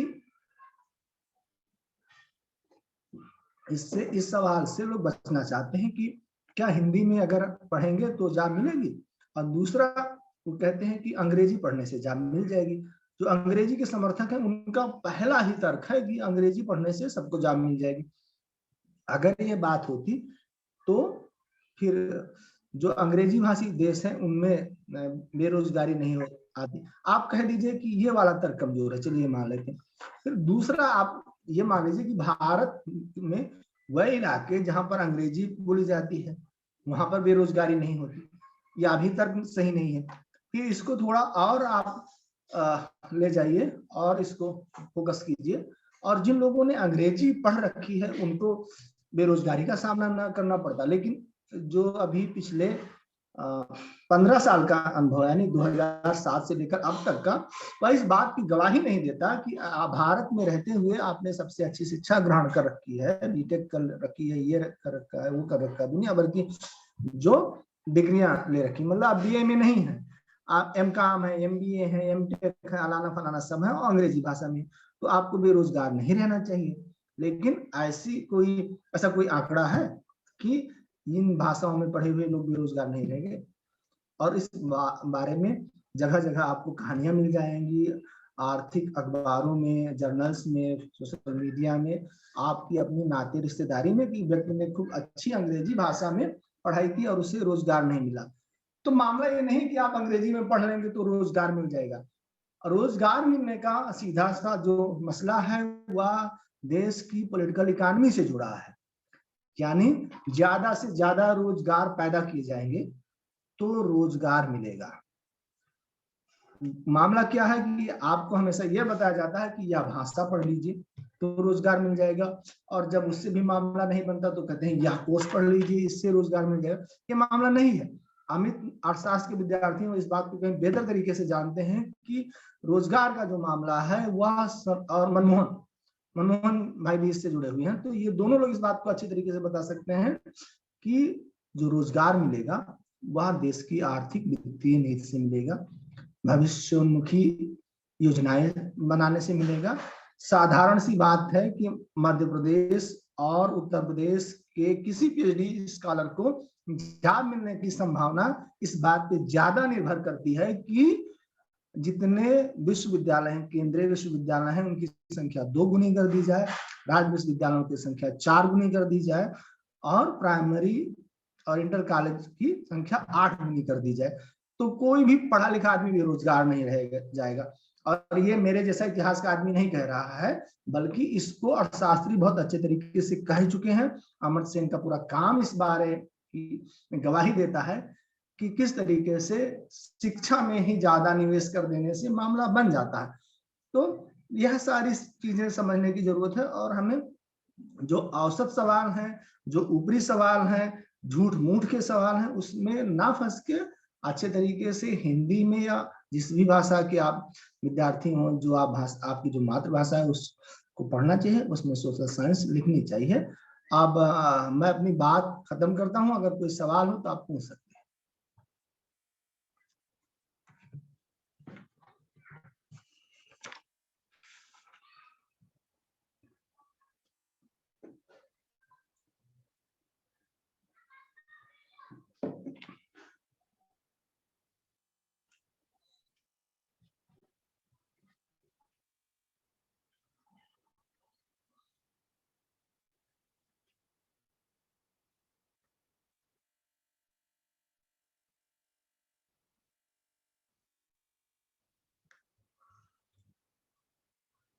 अरे भाई, कहाँ पीस?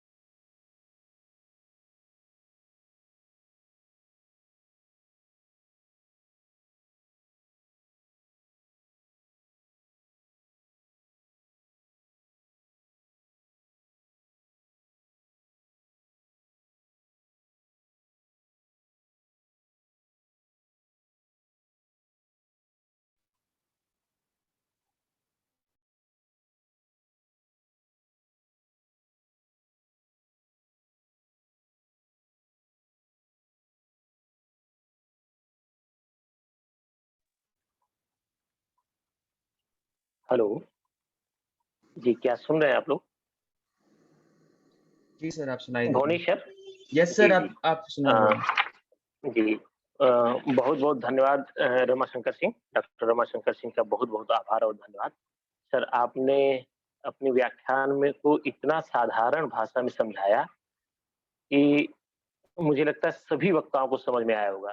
सर, आपने जो अपने व्याख्यान में कहने की बात व्याख्यान में जो बताया उसका कुछ मैं थोड़ा-सा सार बताऊँ, तो जैसा आपने कहा कि ज्ञान का संबंध भाषा से ज़्यादा चिंतन से होता है। आपने यहीं से शुरुआत किया था। वास्तव में किसी भी भाषा को जानने के लिए उसका चिंतन करना होता है और हिंदी ऐसी भाषा है जो हमारे भारत के लिए कम से कम भारत देश के लिए जिसकी ज़्यादा से ज़्यादा जनसंख्या हिंदी बोलती है, वो चिंतन का विषय है ही। दूसरा आपने बताया कि जितनी भी राजनीतिक लड़ाइयाँ या आंदोलन हुए, वो सब हिंदी भाषा में ही हुए। ऐसा नहीं कि किसी भाषा विशेष से प्रभावित रहा, कि अंग्रेजी भाषा का आंदोलन था या संस्कृत भाषा का आंदोलन था। सभी कहीं न कहीं हिंदी भाषा से जुड़े रहे।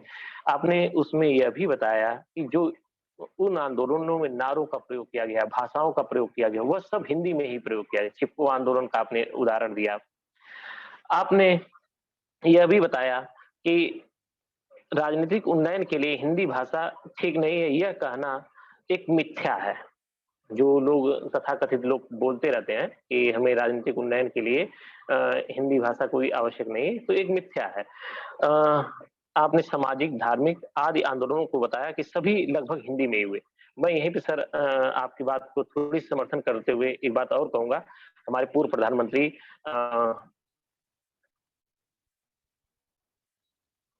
हमारे पूर्व प्रधानमंत्री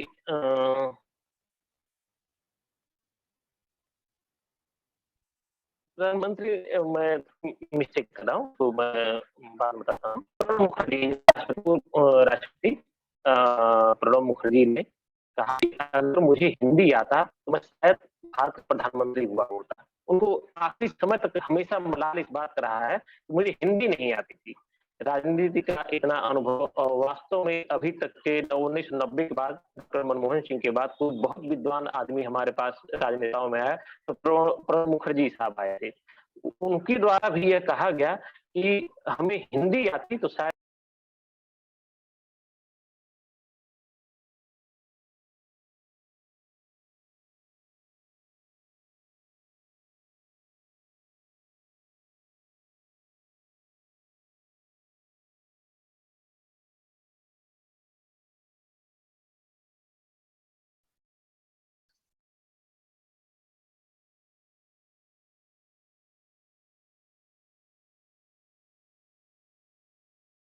मनमोहन सर, आप हमें सुन पा रहे हैं?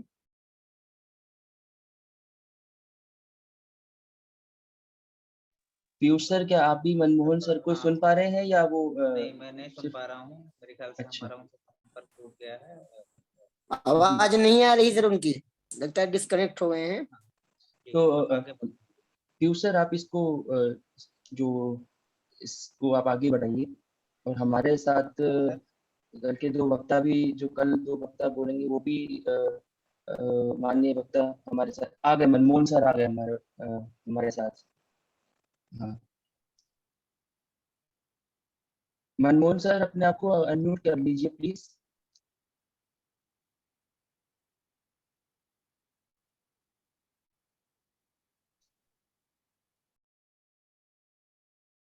एक सेकंड मनमोहन सर, एक मिनट रुकिए आप।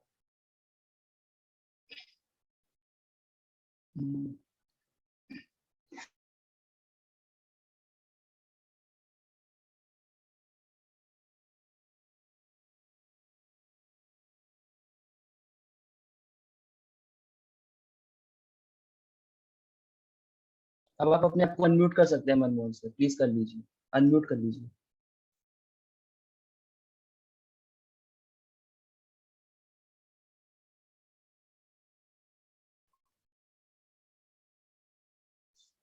भवनी सर सुन रहे हैं आप मुझे? Yes sir. जी, तकनीकी समस्या यही है, तकनीकी समस्या। कुछ न कुछ समस्याएं आ जाती हैं तकनीक में। खैर मैं डॉक्टर रमाशंकर सिंह का थोड़ी सी बता रहा था। उन्होंने काफी चीजें बताई जो हमारे लिए उपयोगी और सभी श्रोताओं के लिए भी काफी उपयोगी और समझ के लिए रहा होगा। उन्होंने एक बात और बताई थी कि रोजगार के लिए किसी भाषा विशेष की आवश्यकता नहीं है, या कोई कहे कि मैं रोजगार के लिए किसी भाषा से ही हम रोजगार प्राप्त कर सकते हैं, तो यह एक कोरी कल्पना बात है। जैसा उन्होंने बताया कि मनमोहन जी और अमित जी अर्थशास्त्री कुछ बताएंगे। तो आपने खुद सर बताया कि रोजगार, जहां तक रोजगार संबंध है, वो किसी भाषा की, अंग्रेजी भाषा आएगी तभी आपको रोजगार मिलेगा, संस्कृत भाषा आएगी तभी रोजगार मिलेगा, ऐसा कुछ नहीं है। रोजगार के लिए आर्थिक सुधार की आवश्यकता होती है, भाषा मायने नहीं रखता। आप अगर रोजगार के मामले में देखेंगे, चाइना इस समय वहां के लगभग सभी लोग रोजगार प्राप्त किए हुए हैं, वो अंग्रेजी भाषा को नहीं महत्व देता, वो अपनी चाइनीज भाषा को महत्व देता है। मंडारिन भाषा से ही आज पूरे विश्व में बहुत तेजी से विकसित हो रहा है। तो सब मिला जुला के डॉक्टर रमाशंकर सिंह ने हिंदी में सामाजिक विज्ञान अनुसंधान, अवसर, चुनौतियां एवं निवारण के संबंध में काफी अच्छा अपना वक्तव्य दिया। मैं इसके लिए डॉक्टर रमाशंकर सिंह को बहुत बहुत धन्यवाद देता हूं। मैं अब मंच का संचालन करने के लिए डॉक्टर भुवनेश सिंह बत्रा जी को आमंत्रित करना चाहूंगा। Doctor Bhuvnesh Singh Batra ji. Thank you very much Manmohan sir. हमारे इस प्रोग्राम में डॉक्टर अजय कुमार और डॉक्टर शुभनीत कौशिक भी जुड़े हुए हैं, जो द्वितीय दिवस यानी कल के पैनल में है और कल हम सभी को संबोधित करेंगे। मैं उनका हार्दिक स्वागत करता हूं और उन्हें आमंत्रित करता हूं कि वे अपनी टिप्पणी हमको दें, हम एक फीडबैक दें। सबसे पहले डॉक्टर अजय कुमार सर, मैं आपको आमंत्रित करता हूं, प्लीज आइए।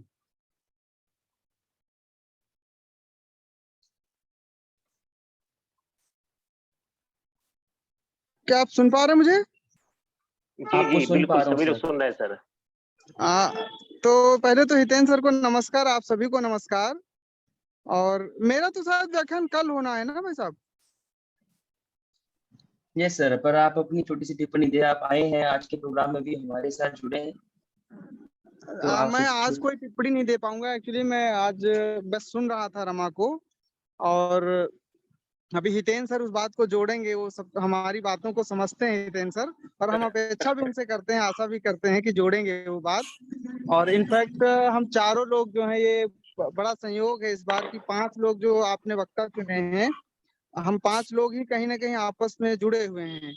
और खासकर हिंदी भाषा में जो समाज विज्ञान का लेखन है, अनुसंधान है, चिंतन मनन हो रहा है, तो ये 5 लोग हम लोग कहीं ना कहीं जुड़े हैं और इस पे हमेशा ही बात करते रहते हैं। तो ये एक बहुत संयोग हमारे लिए तो बहुत स्पेशली कि इस बार काफी नई चीजें सुनने को मिलेंगी। तो इन सब बातों को हम कल भी थोड़ा कंक्लूड करेंगे, इसमें जोड़ेंगे। और रमा भाई ने जो बात कही है कि देशज भाषाओं में कैसे चिंतन होगा और मनन होगा, और सबसे बड़ी बात है कि कोई काम करने के पहले उसके चिंतन उसका करना होगा। ठीक है, तो हिंदी पट्टी में आप जानते ही हैं कि ये हिंदी सिर्फ हिंदी लिटरेचर की बात नहीं है, ये हिंदी भाषा में मतलब कैसे समाज विज्ञान आगे बढ़ेगा। और ये हम सबके सामने चुनौतियां भी बहुत हैं और इस पे हमेशा चिंता रहती है। तो मैं इस पे कल कुछ और अपनी बातें जोड़ूंगा, तो सभी लोगों की बातों के साथ में। और रमा भाई का व्याख्यान बहुत ही अच्छा रहा है, हमेशा ही रहता है। अब हितेन सर से हम कुछ आशा करेंगे कि वो सब बातों को कंक्लूड करेंगे और आज कुछ मजेदार सुनने को मिलेगा। तो सर जी, सर बहुत दिन के बाद देख रहे हैं, किताब में सर आपकी ले आया हूँ, और जी जी, तो उस पे जल्दी से। वरना तो मैं आज बोलता ही नहीं, आज तो मैं बोलता ही नहीं अगर आप किताब का जिक्र नहीं करते। नहीं, किताब ले आया हूँ क्योंकि वो हिंदी भाषा के साथ जुड़ी है, और उसमें जो आपने लेखक चुने हैं, और थोड़ा आप जिक्र कीजिएगा उसका, क्योंकि हिंदी पट्टी में समाज विज्ञान कैसे विकसित हुआ है, तो उसमें आपने ऑलरेडी बहुत सारी चीजें डाली हैं, तो थोड़ा हमारे ऑडियंस को भी पता चलेगा उस किताब के बारे में।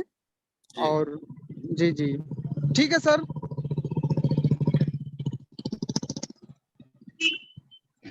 मनमोहन जी सुन रहे हैं आप मुझे? सर को जी बहुत कीजिए आप। बहुत धन्यवाद सर, बहुत धन्यवाद सर। चूंकि आप जी, जी। उपस्थित थे तो ये हुआ कि आपका एक छोटा सा स्वागत और आपका इंट्रोडक्शन करा दिया जाए। हाँ, थोड़ा माफी चाहते थे इसलिए हमारे बीच में कल के 2 वक्ता हैं हमारे बीच में। डॉक्टर अजय जी, कुमार, जी, जी। आप असिस्टेंट प्रोफेसर समाजशास्त्र के हैं, Ambedkar school of social sciences, Baba Saheb Bhimrao Ambedkar विश्वविद्यालय लखनऊ में हैं आप। हिंदी में आपके विचार है हिंदी में समाज विज्ञान लेखन, प्रकाशन एवं ज्ञान की निर्मिति। आपका व्याख्यान कल होगा। और दूसरे जी, हमारे जी। एक वक्ता कल के हैं जो हमारे बीच में हैं, उनका भी थोड़ी सी मैं परिचय करा दूं। डॉक्टर शुभनीत कौशिक, आप असिस्टेंट प्रोफेसर इतिहास विभाग में हैं, सतीश चंद्र कॉलेज बलिया में। आप उत्तर भारत के पुस्तकालय और अभिलेखागार में अपना व्याख्यान प्रस्तुत करेंगे। सर मैं आप सभी लोगों को सादर धन्यवाद और प्रणाम करता हूं कि आप लोग आज के भी सेमिनार में उपस्थित हुए हैं। अब मैं बोनी सिंह बत्रा सर को फिर से बुलाना चाहूंगा ताकि हमारे अगले वक्ता को आप आमंत्रित करते हैं। डॉक्टर बोनी सिंह बत्रा साहब।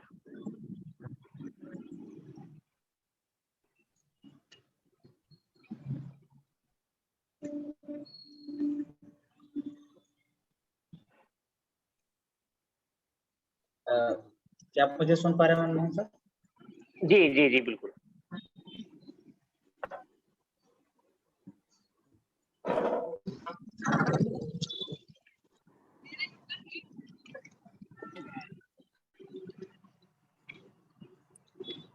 सर मुझे लगता है बोनी सिंह बत्रा सर नहीं सुन पा रहे हैं, कुछ तकनीकी समस्या हुई होगी।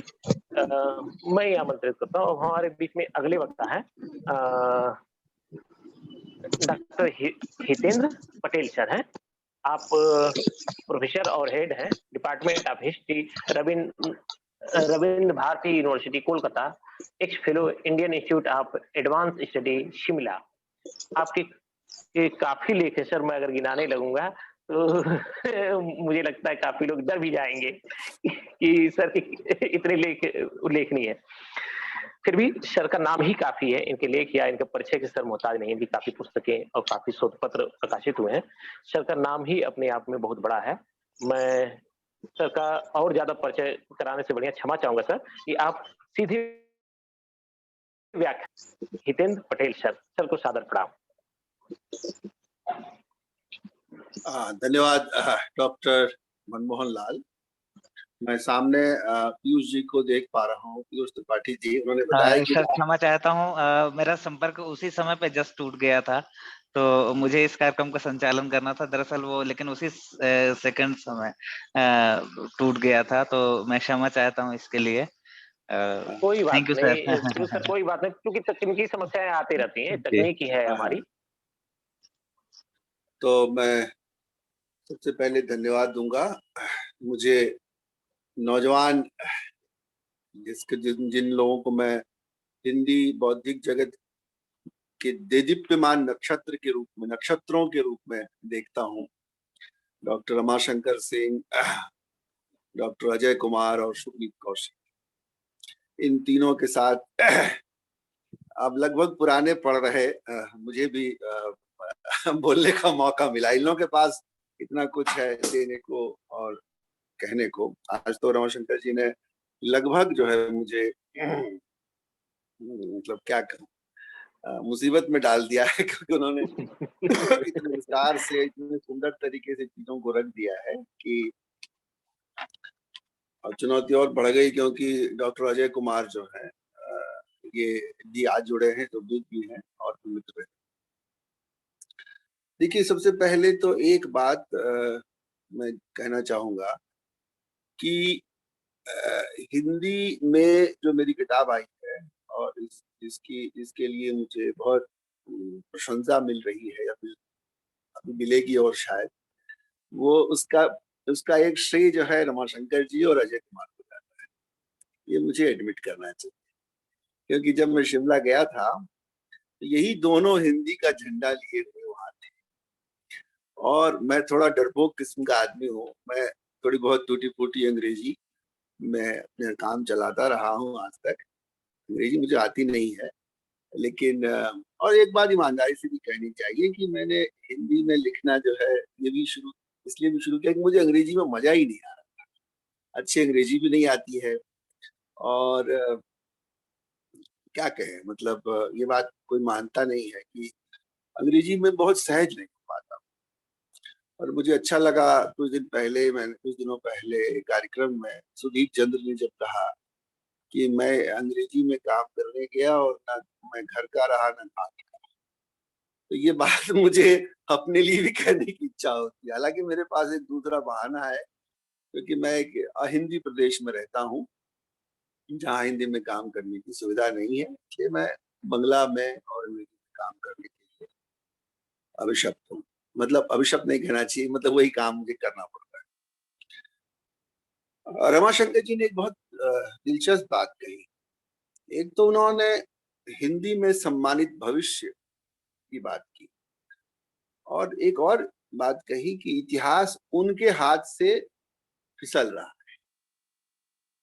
इतिहास को अब तक वो संभाले हुए थे, अब उनके हाथ से इतिहास जो है वो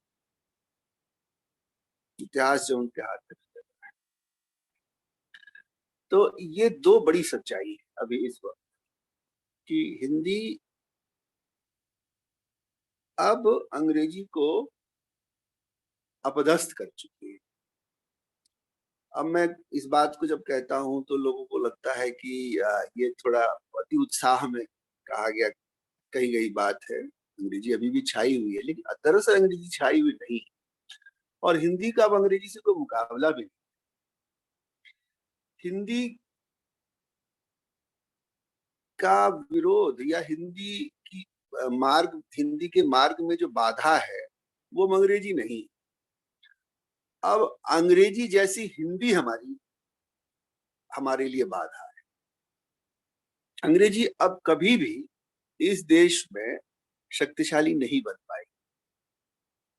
और ये बात मैं कुछ समय पहले से ही कहता हूं, क्योंकि अभी रमाशंकर जी भी कह रहे थे कि एक घिसा पिटा तर्क लोग देते थे कि हिंदी बाजार की भाषा है, बाजारू भाषा है, इसमें एकेडमिक्स की बात नहीं हो सकती है, इसमें कोई विचार जो है वो विचार की भाषा ये नहीं है।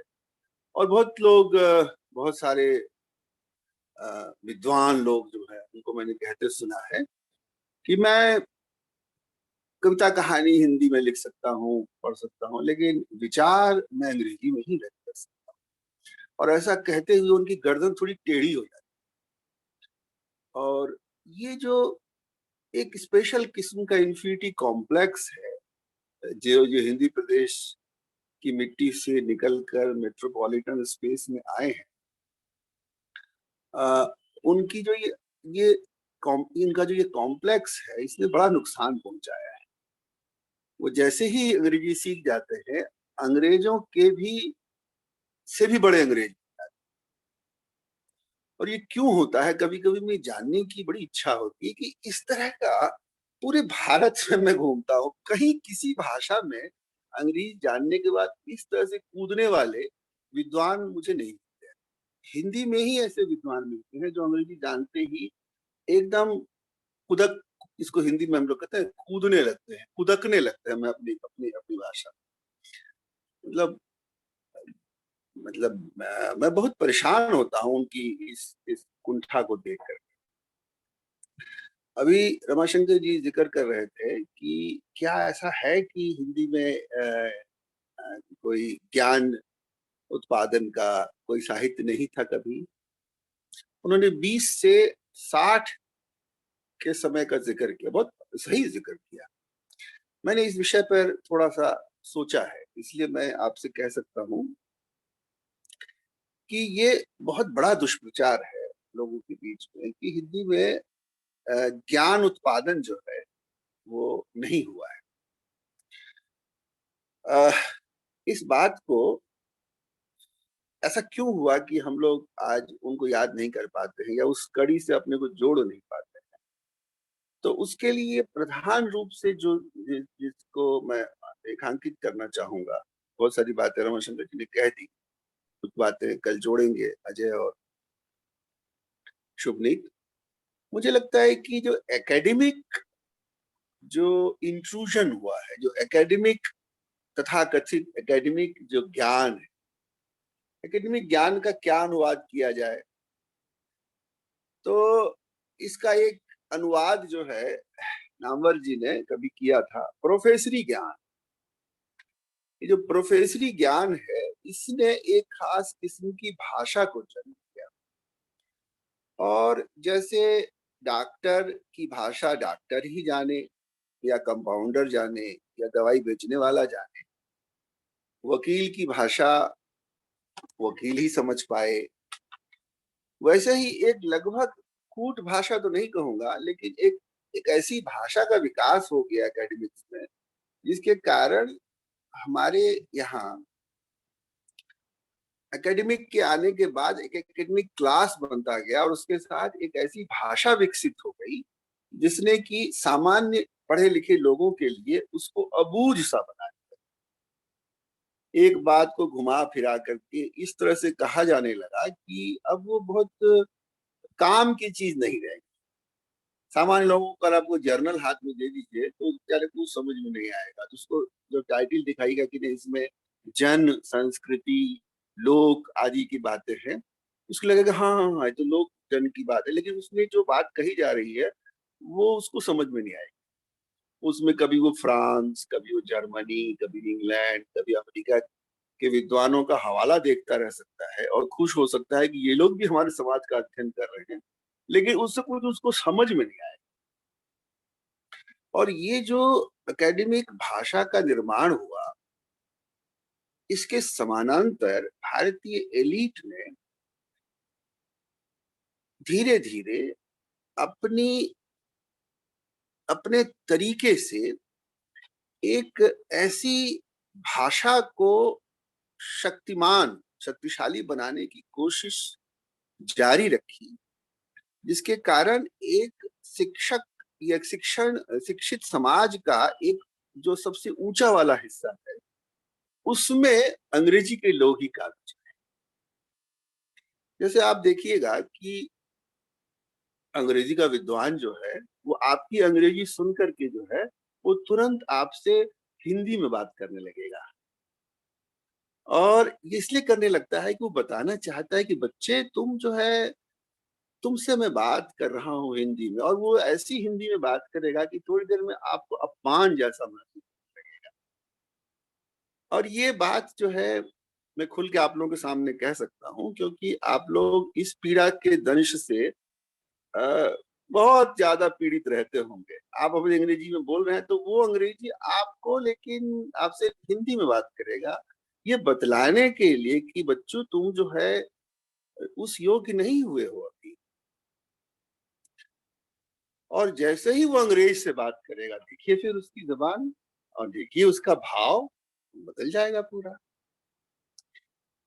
और ये बात जो है, ये जो बात है, इसको कहा जाना चाहिए, लेकिन क्या है कि ये बात कोई कहना भी नहीं चाहता है। बहरहाल एक बात का जिक्र करूंगा, भारत में अंग्रेजी में काम होता था, राजनीति भी अंग्रेजी में ही, लेकिन अचानक एक गांधी नामक आदमी आए और उन्होंने हिंदी में काम करने की शुरुआत की, और गांधी ने दृढ़ता से ये काम किया। मुझे याद पड़ता है कि कलकत्ता में एक सभा में तिलक अंग्रेजी में भाषण देते थे सामान्यतः, तो गांधी ने हिंदी में भाषण दिया, और तालियों की गड़गड़ाहट से जो है पूरा माहौल जो है गर्मा गया। अब इस भाषण के बाद तिलक को बोलना था, और तिलक जो है वो अंग्रेजी में अब कैसे बोले, बेचारे की पसीना छूट रहा था। तो गांधी ने तिलक को कहा कि आप जैसी हिंदी जानते वैसे ही बोलिए, और वैसी हिंदी में वो बोले, और पहली बार जो है उनको इस तरह का स्वागत मिला, सामान्य लोग समझ पाए। तो वहां से एक शुरुआत हुई।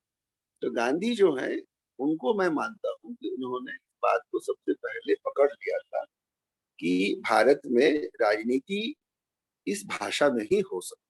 और धीरे धीरे आपने देखा, रमाशंकर जी जिक्र भी कर रहे थे कि राजनीति की भाषा जो है वो भारतीय भाषा हो गई। जिन लोगों को ये लगता है कि बगैर बड़े विद्वान को कोट के बिना कोई महत्वपूर्ण बात नहीं कही जा सकती, तो उनके लिए मैं कोट कर देता हूँ।